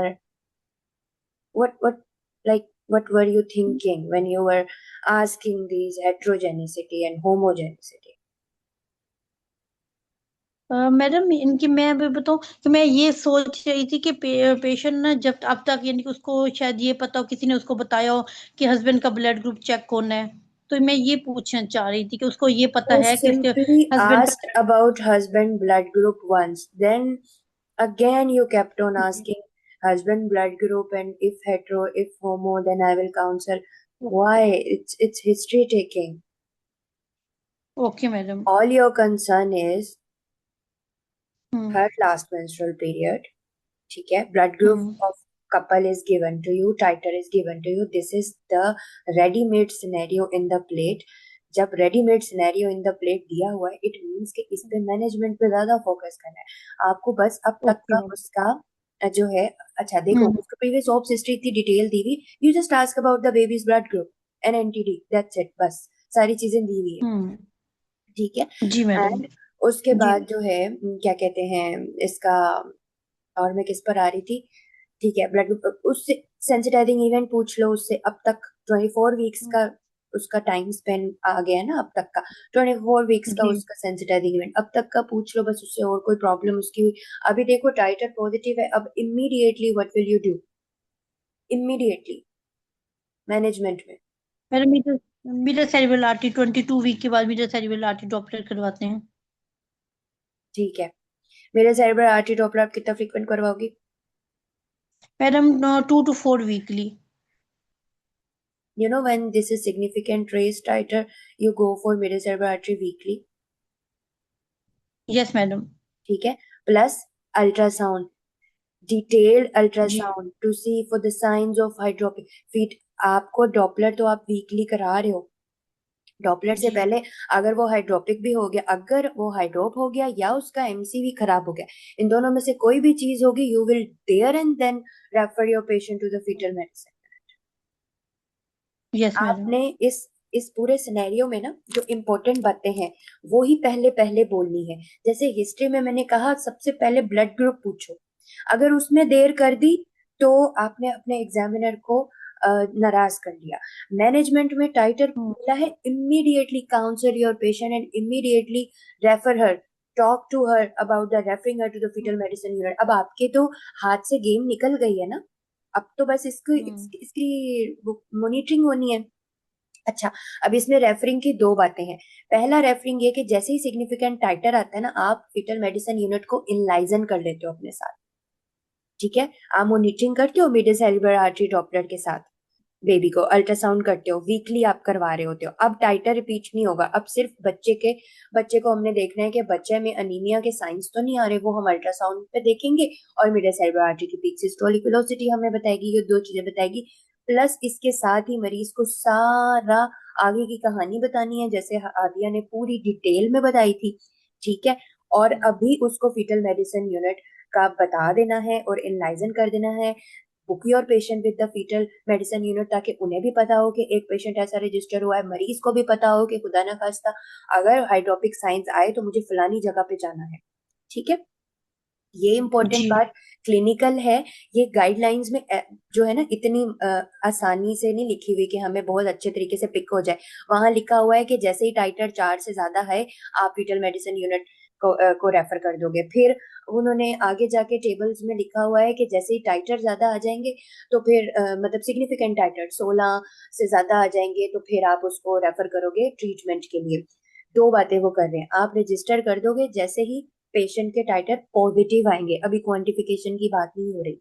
जैसे ही positive आएंगे आप इनलाइजन ले लोगे fetal medicine unit. ऐसे थोड़ी है आज ये हाइड्रोपिक हुआ आज ही वो बेचारी धक्के खाने जाएगी फीटल मेडिसिन यूनिट में ढूंढती फिरेगी। वो पहले जाके देख ले क्या है क्या नहीं, रजिस्टर हो जाए, अपना डोनर अरेंज कर ले जिसका ब्लड उसके बच्चे को लगना है, वो सारी चीजें उसकी हो, और फिर जैसे ही उसको खुदा न खास्ता ट्रीटमेंट की जरूरत पड़ेगी तो वो फौरन से जाके अपना ट्रीटमेंट करा लेगी। ये मैं आपको प्रैक्टिकल बात बता रही हूँ। ये मैडम नाहिद ने बहुत क्लियर कट बताई है कि ये, और ये फिर मैंने दोबारा जब गाइडलाइन को दोबारा पढ़ा ना, फिर मुझे ये बात समझ आई कि वो जो पहले बात कर रहे हैं ना उसका ये है कि यू विल टेक, वो जो एमडीटी है ना, उस एमडीटी का मतलब ये है कि at this stage you will take the MDT in liaison with you. ठीक है, जी आप मैडम। उसको सारे बताओगे ये गंगाराम और ये सारे के ये जगह है, बच्चे को ट्रीटमेंट की जरूरत पड़ेगी, इस जगह पे जाना है, इतने का ये इलाज होता है, ऐसे ऐसे डोनर अरेंज करोगी, ये सारी चीजें होंगी। ठीक है, बाकी तुम मॉनिटरिंग जी करती मैडम। रहोगी, मेरे सेरेब्राइटिक सिस्टोलिक वेलोसिटी से तुम मॉनिटर करोगी। खुदा न खास्ता वो जब खराब हुआ या बच्चे को हाइड्रोपिक, लेट सपोज आपने इसको मॉनिटर किया, वीकली करती रही, फिर जो नेक्स्ट सिनेरियो हमारा था हादिया वाला, वो कितने 30 वीक्स पर थी, 30 वीक्स पे जाके बच्चा हाइड्रोपिक हो गया, इसी को आगे लेके चले जाओ उस सिनेरियो में, हाइड्रोपिक हो गया, जी। अब उसी वक्त आपने रेफर कर देना है, जैसे हादिया ने फौरन रेफर किया। अभी यहाँ पर आपके पास विंडो है, आप इसको इधर ही अल्ट्रासाउंड करो, फ्रेश अल्ट्रासाउंड। अगर आपको नहीं दिया गया, आपने जब एग्जामिनर से मांगा नहीं दिया गया, नहीं हुआ, पुराना कोई हुआ है, आप बोलो मैडम मुझे अभी इसका फ्रेश अल्ट्रासाउंड कराना है, बेबी का वेलबींग देखना है, मुझे देखना है कि बेबी में हाइड्रोपिक चेंजेस तो नहीं है, अभी इसका middle cerebral artery rupture indicated है क्योंकि इसका सिग्निफिकेंट टाइटर है। अगर वो ठीक है तो मैं अपने पेशेंट को काउंसिल करूंगी, वीकली वो आती रहेगी मेरे पास, मैं उसको मिडल सेरेब्रल आर्टरी डॉक्टर से जो है वो मॉनिटर करूंगी किसी भी वक्त पर, और मैं उसको वीकली मॉनिटर करूंगी। अब इसमें क्या था, एग्जामिनर ने मुझे ये मिक्स एंड मैच है, मेरे एग्जाम में ऐसा ही सिनेरियो आया था, ज्यादातर यही केस वन ही था। उसमें जो है उन्होंने मुझे फिर ना दे दिया, क्या कहते हैं 30 वीक्स पे जाके उन्होंने मुझे हाइड्रोपिक साइंस दे दिए अल्ट्रासाउंड में, तो फिर मैंने उसको सारी मैनेजमेंट हादिया वाली की थी। ठीक है, ऐसे ही एग्जाम में अगर ये रिपीट हुआ तो टाइटर्स के बाद आगे जो जो प्रॉब्लम्स होती हैं वो आपको साथ ही साथ देती जाएंगी। उन्होंने अपने पेपर के पीछे वो फाइंडिंग्स फोल्ड कर करके हर वीक्स पे जो जो उनको मुझे देनी थी वो मुझे दे रही थी, और फिर आगे मैं उनको मैनेज बता रही थी। अब यहाँ पे आप सिंपल बताओ, काउंसल करो, और आप उसको जैसा बैटरी, अच्छा आपने फिर जो कोडोसेंटेसिस बताई, वो कोडोसेंटेसिस आपने मेरे सेरेब्रल डॉपलर का नाम लेके फिर आपने कोडोसेंटेसिस कर दी, आपने तो करनी नहीं कोडोसेंटेसिस, तो फीटल मेडिसिन यूनिट वालों ने करनी है, आप खुद नहीं बताओगे। जब तक वो आपसे नहीं जी। पूछेंगी कि अच्छा मुझे tell me about the intrauterine exchange transfer, how it's done, hmm. फिर आप बताएंगी, खुद से आप कुछ नहीं बताएंगी यहाँ पर, वो करना ही उन्होंने है। ठीक है, जी मैडम। वो अगर उनको पूछना है वो पूछेंगी, वरना वो बोलेंगे ठीक है इंट्रायूट्राइन एक्सचेंज ट्रांसफर हो गई, अब लेके चलो डिलीवर कब कराओगी, ऐसे उनका क्वेश्चन होगा, वो आपको प्रॉम्प्ट करती जाएंगी। ठीक है, अच्छा डॉक्टर जी पलवशा, मैडम। ये मैं पूछना चाह रही थी कि जैसे इसमें तो आपने क्वेश्चन में टाइटल दिया हुआ है ना, हाँ जैसे जो मैंने क्वेश्चन देखा था ना उसमें टाइटल नहीं दिया हुआ था, उसमें ये था बस सिर्फ कि प्रीवियस हिस्ट्री है पेशेंट की हाइड्रॉप्स की, और अभी वो आई है 20 वीक से ना, तो अब ऑन वर्ड आप क्या करेंगे। तो यही मैं आपसे उस वक्त भी पूछ रही थी ना कि मतलब इसमें हम फिर मैं टाइटर बोलूं या मैं ये कहूं कि मैं इसको अब फॉलो जो मजीद करूंगी वो एमसीए डॉपलर से करूंगी, क्योंकि वो उसमें ये उसकी लिखी हुई थी कि टाइटर तो इसका आएगा ही आएगा ना, क्योंकि ये सेंसिटाइज तो हो गई है। तो उसमें ये एक्सप्लेन उन्होंने किया हुआ था कि टाइटल लेने का अब कोई फायदा नहीं है, अब एमसीए से ही दूसरा बेबी मॉनिटर होगा। ये कहाँ पर किया हुआ था मेंशन?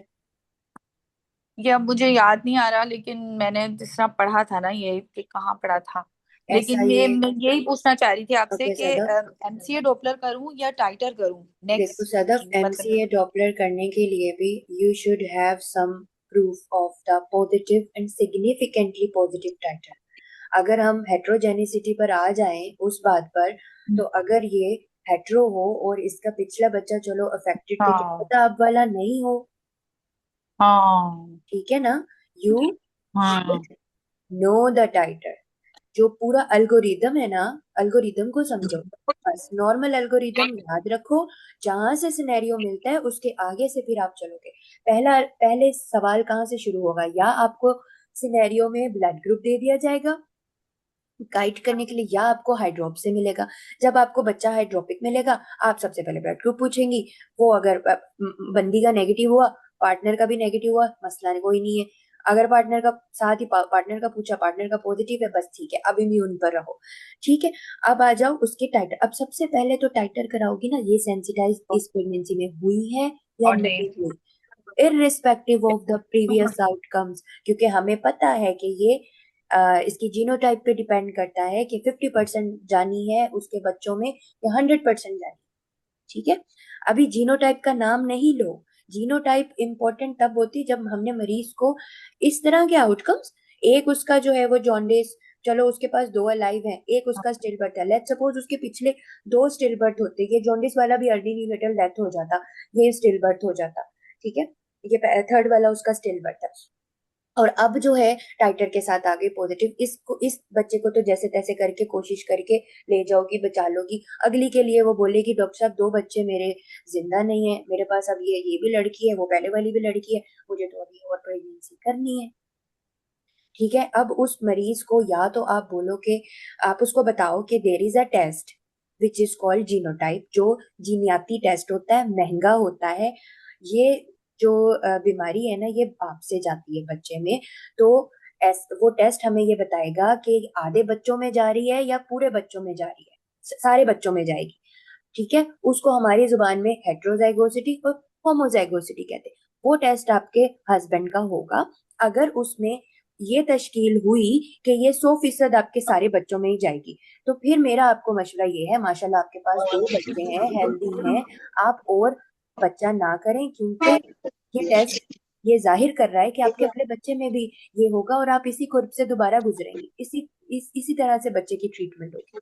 लेकिन अगर 50% वाला आ जाता है तो फिर हम आप अगला बच्चा कर सकती हैं, लेकिन उसमें भी हम शुरू के 9 हफ्ते पे पहले बच्चे का ब्लड ग्रुप करवाएंगे, ये कंफर्म करने के लिए कि बच्चे का ब्लड ग्रुप पॉजिटिव है या नहीं। ठीक है, अगर तो नेगेटिव है कोई मसला नहीं, कोई खतरे की बात नहीं, लेकिन अगर पॉजिटिव है तो आपकी फिर मॉनिटरिंग हम उसी तरीके से करेंगे, क्योंकि हमें नहीं पता इस बच्चे में डिजीज जानी है या नहीं जानी बेस्ड ऑन द 50%। हम जो है ना अब सेल्फी फीटल डीएनए करा लेंगे, अगर पॉजिटिव है तो वही उसकी एक्सपेंसिव ट्रीटमेंट होनी है, केयर चलनी है, अगर नेगेटिव है तो फिर कोई मसला नहीं। सही है, ये जो जीनोटाइप का रोल आता है ना, बेसिकली ये पहले मत बोलो पूरे जैसे आपने हेट्रो है, वो थ्योरेटिकली ठीक है, थ्योरेटिकली पढ़ने के लिए है। हमारे यहाँ पर हमें मरीज को मैनेज करना है, उसको हेट्रो होमो में नहीं उलझाना, अनटिल अनलेस वो मुझसे ये सवाल नहीं करती बाद में कि अगले बच्चों में जाएगी ये डिजीज या नहीं। ठीक है मैडम, ये प्री प्रेगनेंसी काउंसलिंग में शायद इसका रोल हो सकता है, बेसिकली मैनेजमेंट में yes, तो फिर इसका अब देखो जब मैनेजमेंट में टाइट एग्जैक्टली ये काउंसलिंग में इसका रोल होगा ये सोच बेसिकली। रही थी। वो आपको यही शुरू में बता रहे हैं ना, जब वो आपको टॉपिक, बेसिकली फातिमा तुमने गाइडलाइन बहुत अच्छी पढ़ी है, लेकिन इसकी मैनेजमेंट प्रैक्टिकली करो। ये गाइडलाइन जो है ना एज इट इज फिट नहीं होती इस सिनेरियो में, इसमें बहुत सारी चीजें आ जाती। मैडम मैंने वो सुनो मेरी बात, वेट में बैठी, मैंने कहा सब क्वेश्चन कर ले, फिर पहले मैं सुनो भी क्वेश्चन करूंगी जो फातिमा, मेरी बात सुनो जी पहले। ये जी मरीज मैडम जब बिल्कुल। तुमसे डिलीवरी के बाद सवाल करेगी या अभी करेगी ना तुमसे, हम्म, डॉक्टर साहब मेरे तो बच्चे नहीं बच रहे और ये मसला हो रहा है, जिसके पिछले बच्चे ही नहीं बच रहे और ये भी अब भी हो गया, कोई भी बच्चा उसका नहीं बचा, तो मोस्टली फिर हो सकता है वो 100% वाला ही सीन हो। ठीक है, तो आप लेकिन उसको आप काउंसिल करो कि देखें जब आपकी डिलीवरी हो जाएगी हम आपके शोहर का टेस्ट करवा सकते हैं, लेकिन वो एक्सपेंसिव टेस्ट है, अगर आपको कराना है तो आप करवा सकती हैं। तब आप ये हेट्रो होमो में उलझाएंगी और ये बातें करेंगी, आप अब नहीं करेंगी। There is no point to जी डिस्कस दीज थिंग्स जी विद दिस पेशेंट। उसको तो कंसर्न है अपने बच्चे का, बचेगा नहीं बचेगा, बचा लो मेरा बच्चा। हम्म अब करो सवाल। अच्छा डॉक्टर मैडम परमिशा, ये मुझे ना नॉन एक मिनट है यार, तो एक उसकी मिनट, फातिमा का सवाल है, मैं वो क्लियर कर दूं फिर आपका लेती हूँ। मैडम तो मैंने ना मैं बोलूं अच्छा मैडम, मैं ना इसमें ना बहुत, मुझे पता है मैंने बहुत पुअर प्रेजेंट किया था, क्योंकि मेरे माइंड में ना एक चीज ये अटक गई थी कि अगर यानी कि तो 24 वीक पर आई है, बैड ऑब्स्टेट्रिक हिस्ट्री है पहले वाली, लेकिन अब अगर उसका बच्चा जो है ना अगर नेगेटिव है, मतलब ये वाला जो इंटरयूट्राइन है, क्योंकि उन्होंने मुझे बताया तो नहीं है ना अभी कौन सा वर्ब उसमें क्या है, तो फिर तो मुझे बातें करना बनता ही नहीं है कि मैं उसको डराऊं। अच्छा, अगर पॉजिटिव है फिर तो सारी मेरी बातें ही उसमें जाएंगी। तो मैं ना दिमाग में ना ये सोच रही थी कि मैं अगर उसको कैसे लेके चलूं। मतलब अगर एक होता है ना 9 वीक पे आती तब तो मैं दोनों पॉसिबिलिटी बताती। अब तो समझो एनॉर्मल स्कैन भी हो गया, अब तक तो कम से कम उसको ये तो आइडिया हो गया होगा कि बच्चे में कॉम्प्लिकेशन आ रही है या नहीं आ रही। मैं इसमें उलझ गई थी। चलो अब समझ आ गई हेलो, ना मेरी आवाज फातिमा? आ रही? आ रही है आवाज आ जी रही जी, मैं है। अब सिनेरियो क्लियर हो गया ना? ठीक है। जी मैडम हारिका मैडम। फिर आपका मुझे कोई एक दफा दोबारा बता दें। जी मैडम, मुझे फिर दोबारा एक दफा पूछना है कि during the management while we know कि patient is immune, there is bad obs history कि जिसमें हाई ड्रॉप्स हुआ था या कुछ भी ऐसे हुआ था, हाँ, क्या हमने इसको कहीं पे मेंशन करना है? असल में जैसे जो फातिमा कह रही है ना, हाँ, मैं भी सेम, और मुझे ऐसे लगता है कि इट इज अनरीजनेबल कि आप उसकी बात करें। यू बेटर से कि आप सेल्फ फ्री फीटल डीएनए करवाएं ताकि आपको पता हो कि आपका बेबी हाँ, है कि नहीं है। हाँ। मैं देखो मेरा जब क्वेश्चन आइडिया ये है कि वो सही है, स्टेप वाइज जाना मैं चाहिए समझ गई। या डायरेक्ट आप सेल्फ। कह रही हैं कि हम इतने एक्सपेंसिव टेस्ट क्यों करवाएं, हम सेल्फ फ्री फीचर डीएनए करवा लें सीधा, जी जी जी, ये कह रही हैं। एग्जैक्टली exactly, हाँ। हाँ, उस पे तो तो हमें इस, नेगेटिव है इस तो नेगेटिव पता लगेगा, पॉजिटिव है तो आप पॉजिटिव बता पता सकते लगेगा। हैं, आप बताएं मैडम। आइडियली इज कि हम जीनोटाइप करें ताकि पेशेंट को हम प्रॉपर काउंसिल करें, but if patient can not afford that expensive test then the method is कि हम 9 वीक्स पे उसको सेल्फ रिपीटेड डीएनए करके हम बच्चे का ब्लड ग्रुप पता कर लें। मैडम मुझे वैसे ऐसे लगता है, मैं दोबारा से सुनूंगी डॉक्टर अरूबा के एक लेक्चर में ना, उन्होंने इसको बल्कि डिस्करेज किया था। उन्होंने, उनका ये अप्रोच थी कि क्या फायदा है ये करवाने का। नो, ये ये तो जब नेक्स्ट प्रेगनेंसी के बारे में वो पूछेगी ना, तो यही चीज आपने उसको बतानी है कि अगली प्रेगनेंसी उसको करनी है या नहीं करनी। इट हाँ, pre depends on pregnancy to counselling, मुझे टेस्ट। अभी तक ये इसकी हाँ रूट जी, समझ आई है। हाँ, exactly, this thank you is madam. Important. ठीक है, हमने जो है ना पॉइंट्स ऑफ व्यूज में नहीं जाना एग्जाम में। एग्जाम में जी जी, वो एक्सटेंडेड व्यूज और क्या कहते हैं उसको, हाँ एक्सपीरियंस्ड रिव्यूज के बेस पे नहीं होती। हम लोगों ने गाइडलाइंस की बातें करनी है, हमने लिटरेचर की बातें करनी है। वो उन्हें पता है कि हम लिटरेचर पर बच्चों को असेस कर रहे हैं, हमने लिटरेचर की ही बातें करी। थोड़ी सी जो प्रैक्टिकल ग्राउंड्स आते हैं वो इतने ही होते हैं कि आप आराम से डिस्कस कर सकते हैं, उस पर आप अपना ओपिनियन दे सकते हैं। ठीक है, लेट्स अगर सपोज। वो पूछता तो वो भी। हाँ जी। अब अगर यहाँ तक थैंक कोई यू। किसी की क्वेरी है तो पूछो, फिर मैं एक और ऐड करती हूँ वापस।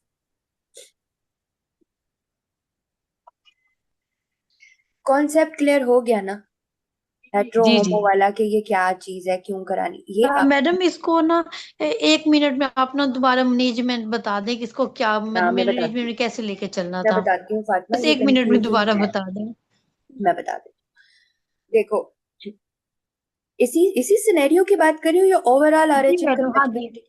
नहीं नहीं, इसी सिनेरियो पे 24 वीक आप यानी कि मैनेजमेंट बेशक एक मतलब मिनट का मुझे बता दें, मैंने बहुत कंफ्यूज हो गई हूँ। मैं आपको सुनना चाहती हूँ अच्छा management. Okay, first of all madam, based on the scenario given to me, ठीक है, she has a bad obstetric history and her titer is significantly raised. ठीक है, entity titer is significantly raised. First of all, I will empathetically approach to my patient, and as this is very stressful condition, उसमें शायद उसका ना ज्यादा सारे बच्चे मरे हुए थे, तो मैंने इस तरीके से बताया था। As this is very stressful condition, I will counsel my patient about the disease, and I will tell her the implications of this, that baby is at risk of high drops, and I will tell her in simple words about this disease, and then I will manage my patient in liaison with the multidisciplinary team, including the fetal medicine unit, senior obstetrician, ठीक है, hematologist. उसके बाद फिर I will first of all immediately right now I will go for the ultrasound, detailed ultrasound to see for any signs of fetal anemia in the baby. ठीक है, और वो signs hydropic changes ही होते हैं। ठीक है, along with this, I will go for the middle cerebral artery Doppler, in which I would like to know about the peak systolic velocity, if the baby is anemic or not. Okay?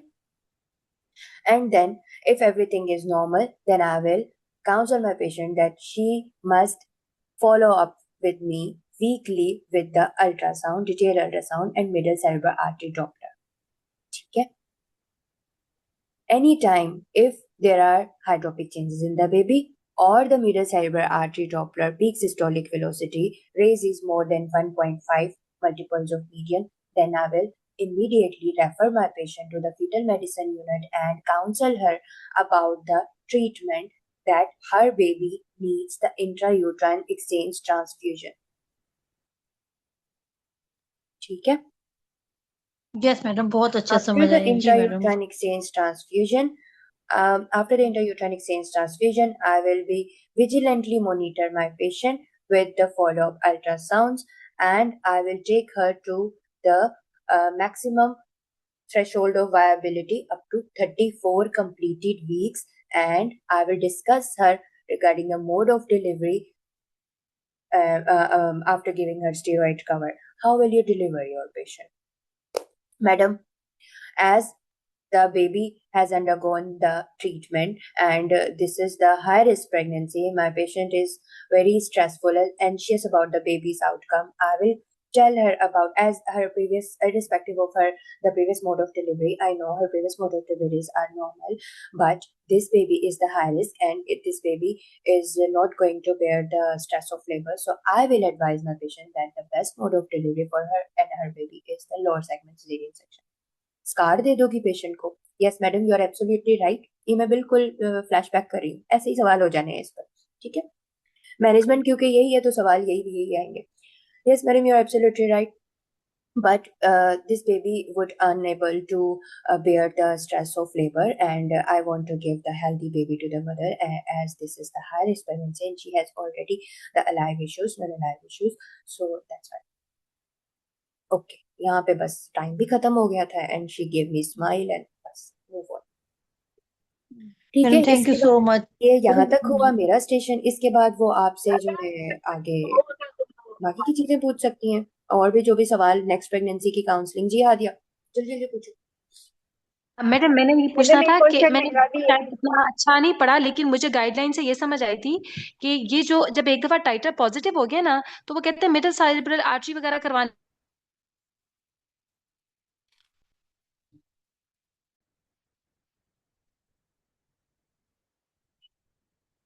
Doctor परवेश, एक question मुझे पूछना है, मेरा तो confusion हो गई है।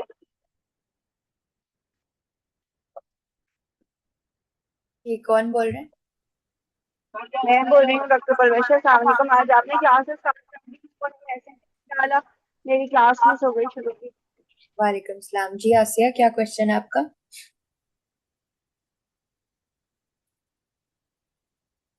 हाँ जी आसिया, पूछो।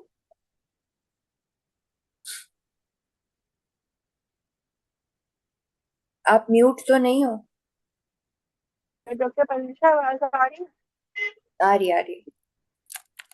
डॉक्टर परवेशा, जब ये बेबी डिलीवर हो, मतलब ये बेबी चला गया 34-35 तक डिलीवर कर दिया हमने और न्यूरोलॉजी वाले को हैंड ओवर कर दिया। अब जो मदर है, जो पेशेंट है, उसकी जो है वो पोस्ट प्रेगनेंसी मैनेजमेंट में इसका टाइटर जो है वो अभी 1:64 आ रहा है, तो फिर इसको जो है वो सब्सिक्वेंटली कैसे फॉलो करेंगे टाइटर के लिए पेशेंट को? पेशेंट को कैसे फॉलो करेंगे टाइटर के लिए? हाँ मैडम, इसका टाइटर डिक्लाइन होगा या ये मैडम ये पूछना चाह रही हूँ कि ये किस तरह से डिक्लाइन होता है, किस लेवल पे डिक्लाइन होता है पोस्ट प्रेगनेंसी जब डिलीवरी हो जाती है? क्योंकि बेबी तो अंदर से निकल गया ना, तो अब उसको स्टिमुलस तो नहीं है कि वो मजीद एंटीबॉडी बनाए, तो फिर वो टाइटर कैसे जो है वो फॉलो अप होता है और फिर उसको कैसे फ्यूचर में हम फॉलो करते हैं? ये डिक्लाइन नहीं होता चंदा, मदर सेंसिटाइज हो चुकी होती है बेबी के एंटीबॉडीज से। मदर को हम मतलब नहीं करते। तो मदर का टाइटर मैडम कम तो होता होगा ना जब बेबी बॉर्न हो गया है? तो कम हो जाएगा, लेकिन वो सेंसिटाइज हो गई है। आपको आपका क्या कंसर्न है? आपने क्यों फॉलो करना है उसको? Have you read it? अगर वो फ्यूचर मतलब फ्यूचर प्रेगनेंसी में जो है ना वो उसको अगर फ्यूचर प्रेगनेंसी के लिए ना कि अगर वो सब्सिक्वेंटली भी अगर बच्चे करना चाहती है तो फिर वो उसको कैसे काउंसलिंग कर सकते हैं कि कितने अरसे के बाद कर सकती है या उसके लिए क्या करना है उसे? ऐसा तो कुछ भी नहीं है कि आप उसको ये बोलो कि ये टाइटर कम हो जाएगा तुम इतने टाइम बाद। असल स्टिमुलस तो बेबी था ना, बेबी का ब्लड ग्रुप था जिसके अगेंस्ट उसकी बॉडी में एंटीबॉडीज बन रही थी। उसकी बॉडी सेंसिटाइज हो चुकी है। RH-A एंटीजन से, उसमें एंटीबॉडीज है। नेक्स्ट टाइम भी अगर RH-A एंटीजन जाएगा, मेमोरी बन चुकी है, वो और से और एंटीबॉडीज बनाएगी। मैडम इसकी कोई इम्यूनोग्लोबुलिन जी वगैरह नहीं है कि जो नहीं उसको बाइंड करके उसको डिसेंसिटाइज करती हो? नहीं नहीं। तो इसमें रोगाम का बिल्कुल भी रोल नहीं है, मतलब 1% भी रोल नहीं है ऐसे पेशेंट्स नहीं में? नहीं नहीं। Once your patient is sensitised, अब RH गेम क्या करेगा?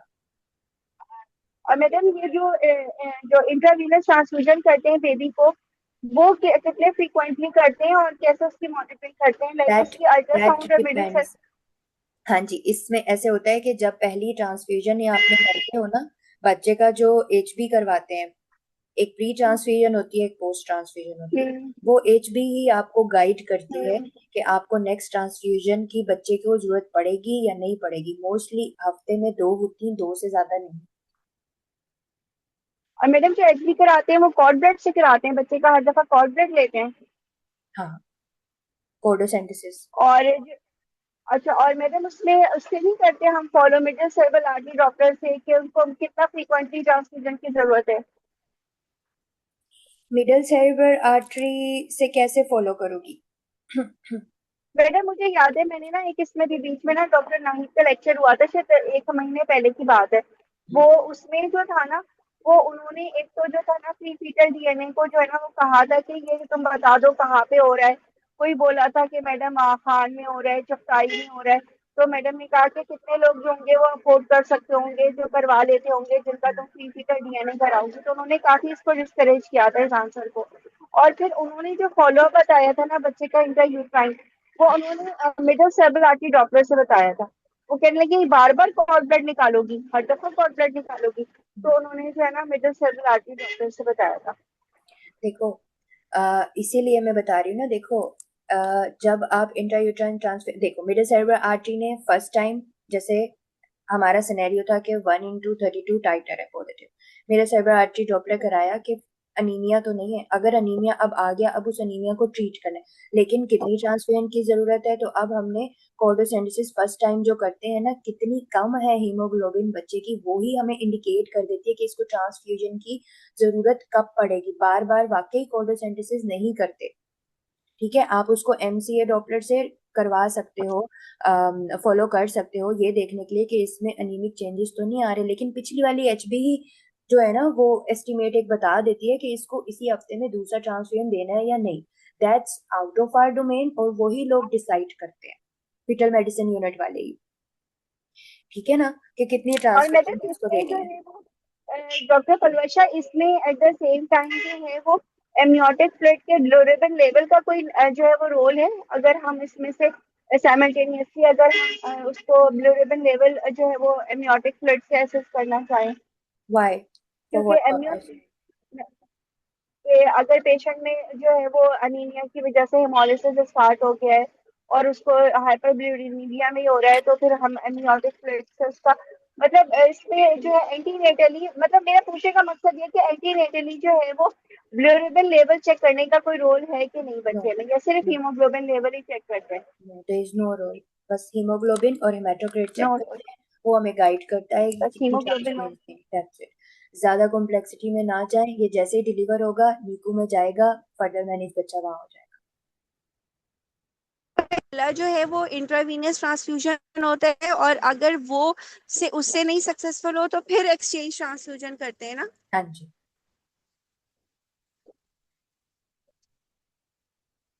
अब किसी और का कोई क्वेश्चन?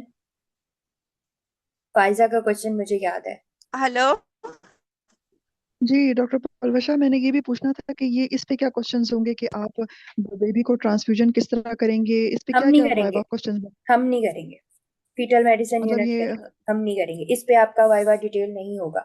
आपको बस रूट पता होना चाहिए कि 20 वीक्स के बाद जो है क्या कहते हैं, इंट्रावीनस रूट से होता है, 20 वीक से पहले इंट्रापेरिटोनियल होता है।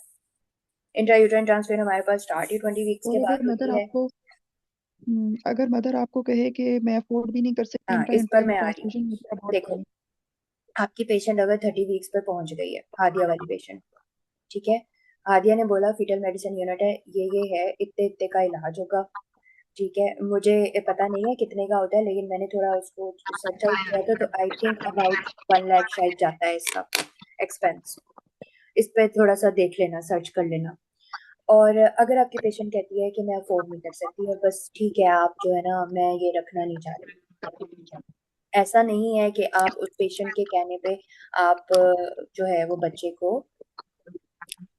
अबॉर्ट कर दो या आप अब एक्सपेल कर दो, ऐसा कुछ नहीं है। There are some things which you can do now. क्या हाई ड्रॉप्स है यार? किसी का माइक ऑन है?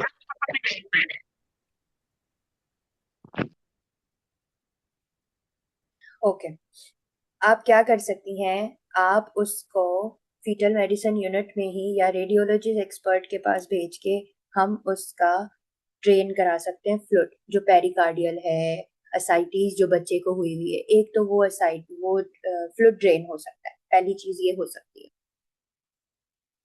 ठीक है, 30 वीक्स पे तो पहुंच ही गई है, 32 तक ले जाओ मैक्स मैक्स करके। ठीक है, असाइटीज थोड़ी कम कर दें हम, उसकी फ्लूइड ड्रेन हो जाए, स्टीरॉइड दे दें, और 32 पर आप उसको डिलीवर करवा दें सिजेरियन सेक्शन के थ्रू। और फिर जो है वो बच्चा नीकू में रह सकता है, और नेक्स्ट जो है वो पीडियाट्रिशियन उसको हैंड ओवर कर जो है वो ले लें, टेक ओवर कर लें, और आगे उसको एक्सचेंज ट्रांसफ्यूजन, अब बच्चा एक्स्ट्रा यूट्राइन एक्सचेंज ट्रांसफ्यूजन के थ्रू ट्रीट हो सकता है।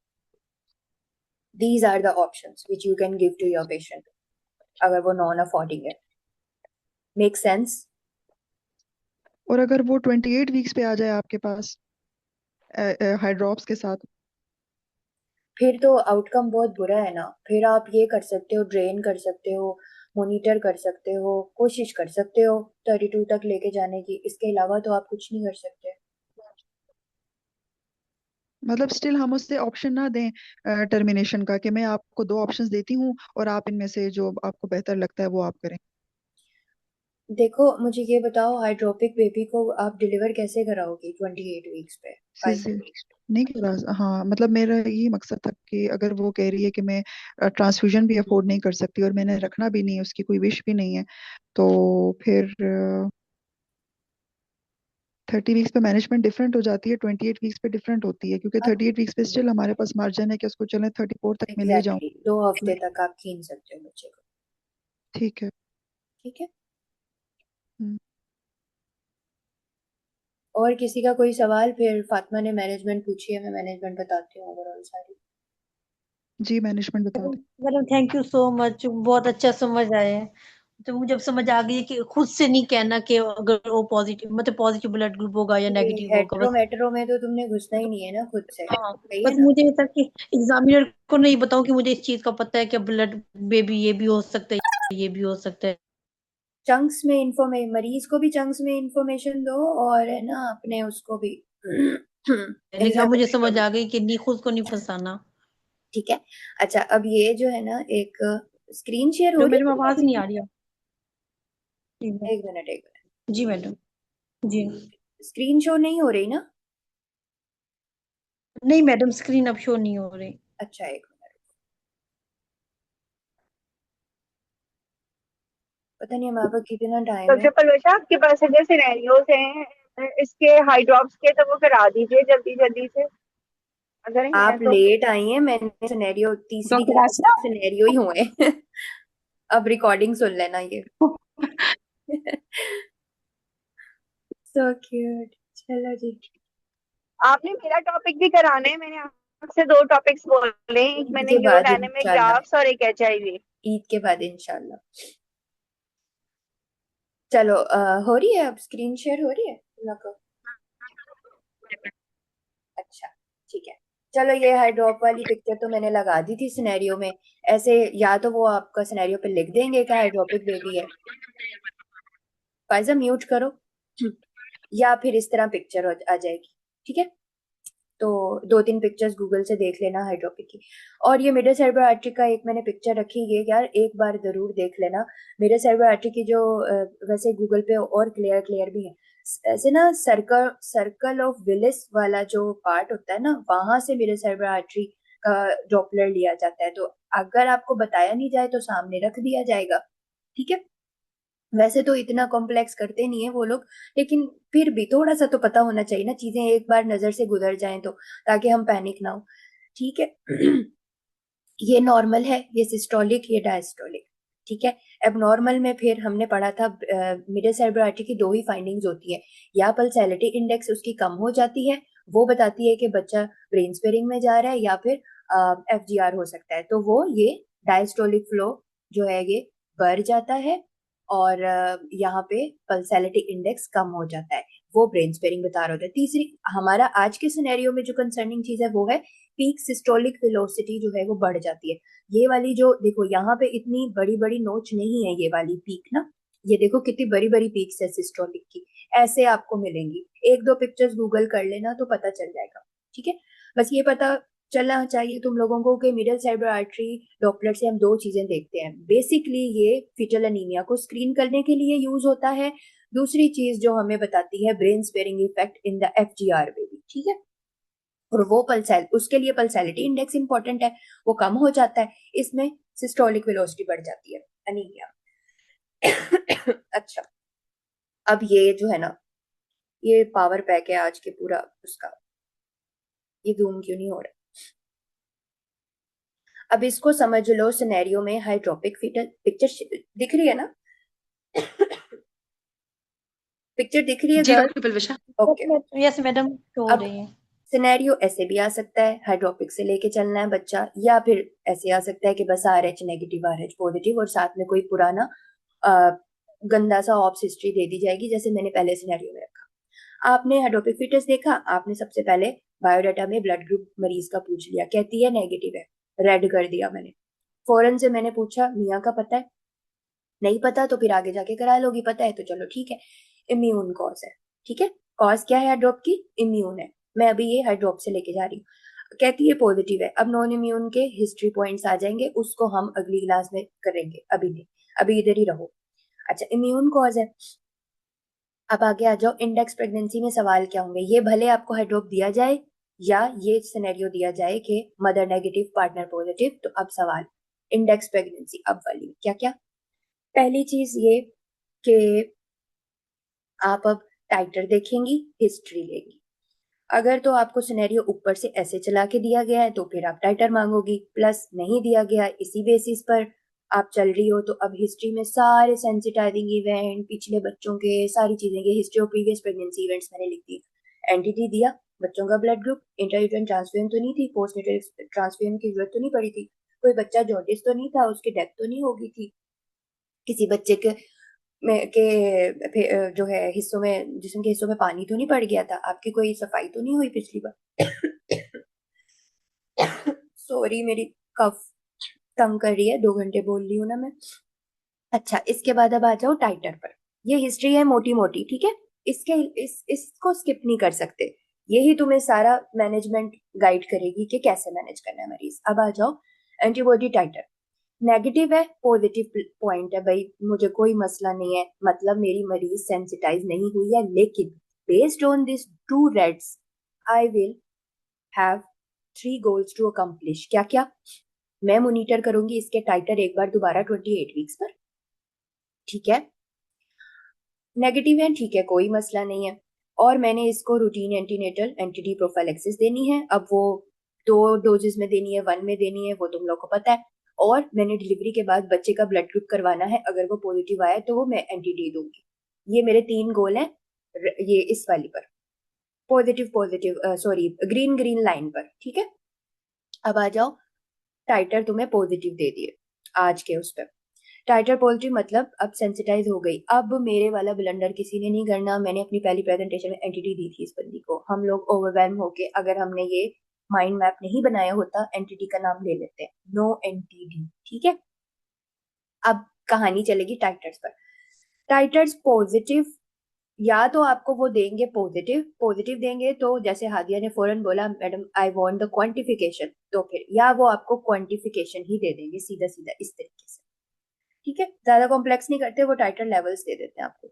अब टाइटर लेवल्स अगर तो 4 से कम है तो ये सिग्निफिकेंट नहीं है फॉर द सेंसिटाइजेशन, मैंने इसको ग्रीन कर दिया। Haemolysis risk is very very low, आप पेशेंट को रिएश्योर करोगे, बताओगे, बट क्योंकि हाई रिस्क में आ रही है, रेड वाली लाइन में आ रही है, तो मैं रिपीट करूंगी टाइटर अब 20 वीक्स तक मंथली, बेस्ड डिपेंड कि आपका सिनेरियो आपको कहाँ से दिया गया है, फिर तो नहीं ना 20 वाली बात करोगी। अगर तो आपको जैसे अब वो 30 पर दी गई है तो 30 पर दी गई है तो अब तो मैं 2 वीकली वाली बात करूंगी, अब मैं मंथली वाली बात नहीं करूंगी। फायजा का सिनेरियो था 10 वीक्स वाला, फायजा करेगी मंथली फ्रॉम 20 वीक्स, फिर 2 वीकली फ्रॉम 28 वीक्स। ठीक है,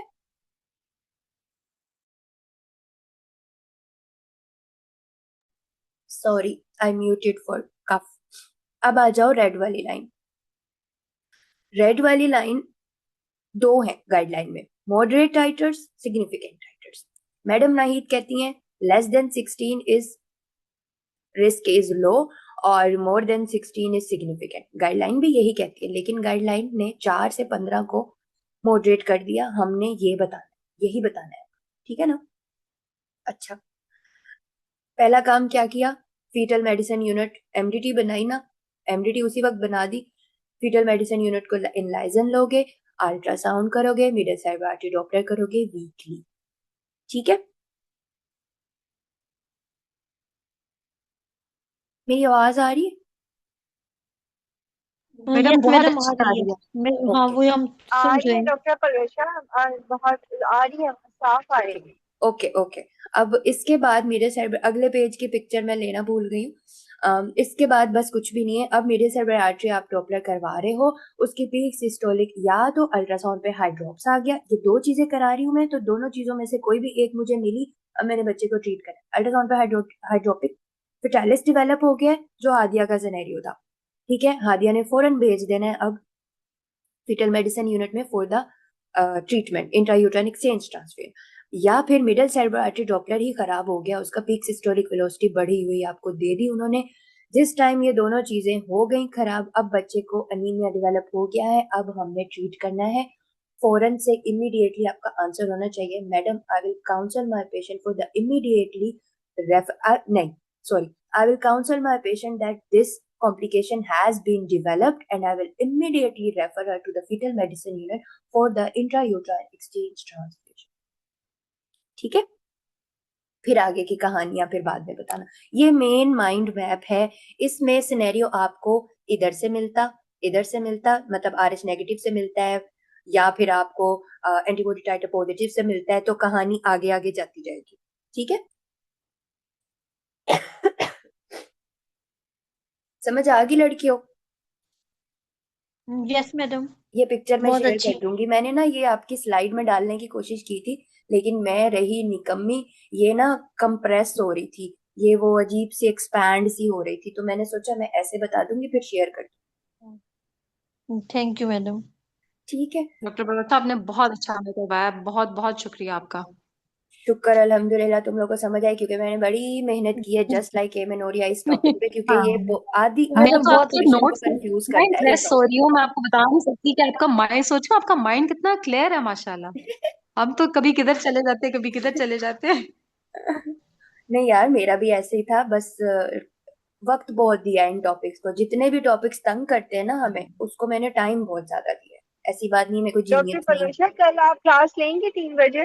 हाय अल्लाह, कल बख्श दो मुझे। मैं कुछ नहीं मैडम कह रही, आपकी तो आज ईद भी मैं होगी समझ ना। रही थी, आज भी मैं समझ रही थी कि आप रेस्ट करेंगी, मैं कुछ नहीं नहीं नहीं कह रही। ये तो नहीं मैंने नहीं नहीं, एकदम से मोबाइल अगर एक ऑन दिन, किया तो आपकी क्लास। हाँ देखो, अगर कल ये ले ली होती ना, तो मैं आज तुम लोगों को नॉन इम्यून हाइड्रोप्स करवा रही होती, लेकिन चलो कोई मसला नहीं है, हम उसको कर लेंगे कल। वैसे क्या करना है, मैंने कुछ भी नहीं, फारिग तो मैं हूँ, लेकिन तुम लोगों का है ना यार, कोई किसी के बच्चे हैं, फैमिली वाले हैं, कुछ ना कुछ करना होता कल है, जुमातुल विदा जिससे है, होता है। वैसे मैडम परसों ईद है, तो लोगों की ईद कल ईद फ्राइडे भी से है, शुरू हमारे तो कर। कल ईद, और कल ईद है हमारी डॉक्टर बलवत्ता। आप लोगों के पास? हाँ जी, सऊदिया वालों के पास। अच्छा, आप सऊदीया में हैं, okay okay, sorry I didn't know that. मैं सऊदिया के पास पास मैं हूँ, समझ रही हूँ तुम सब पाकिस्तानी हो। एग्जैक्टली नॉर्दर्न सऊदिया। फिर मैं नहीं, ही और बाहर बहुत वाली सारे हूँ। लोग, डॉक्टर कश्यप, मैं और आपकी भी, आप लोगों ने सऊदिया के साथ नहीं करनी? नहीं नहीं, हमारी पाकिस्तान वालों के साथ।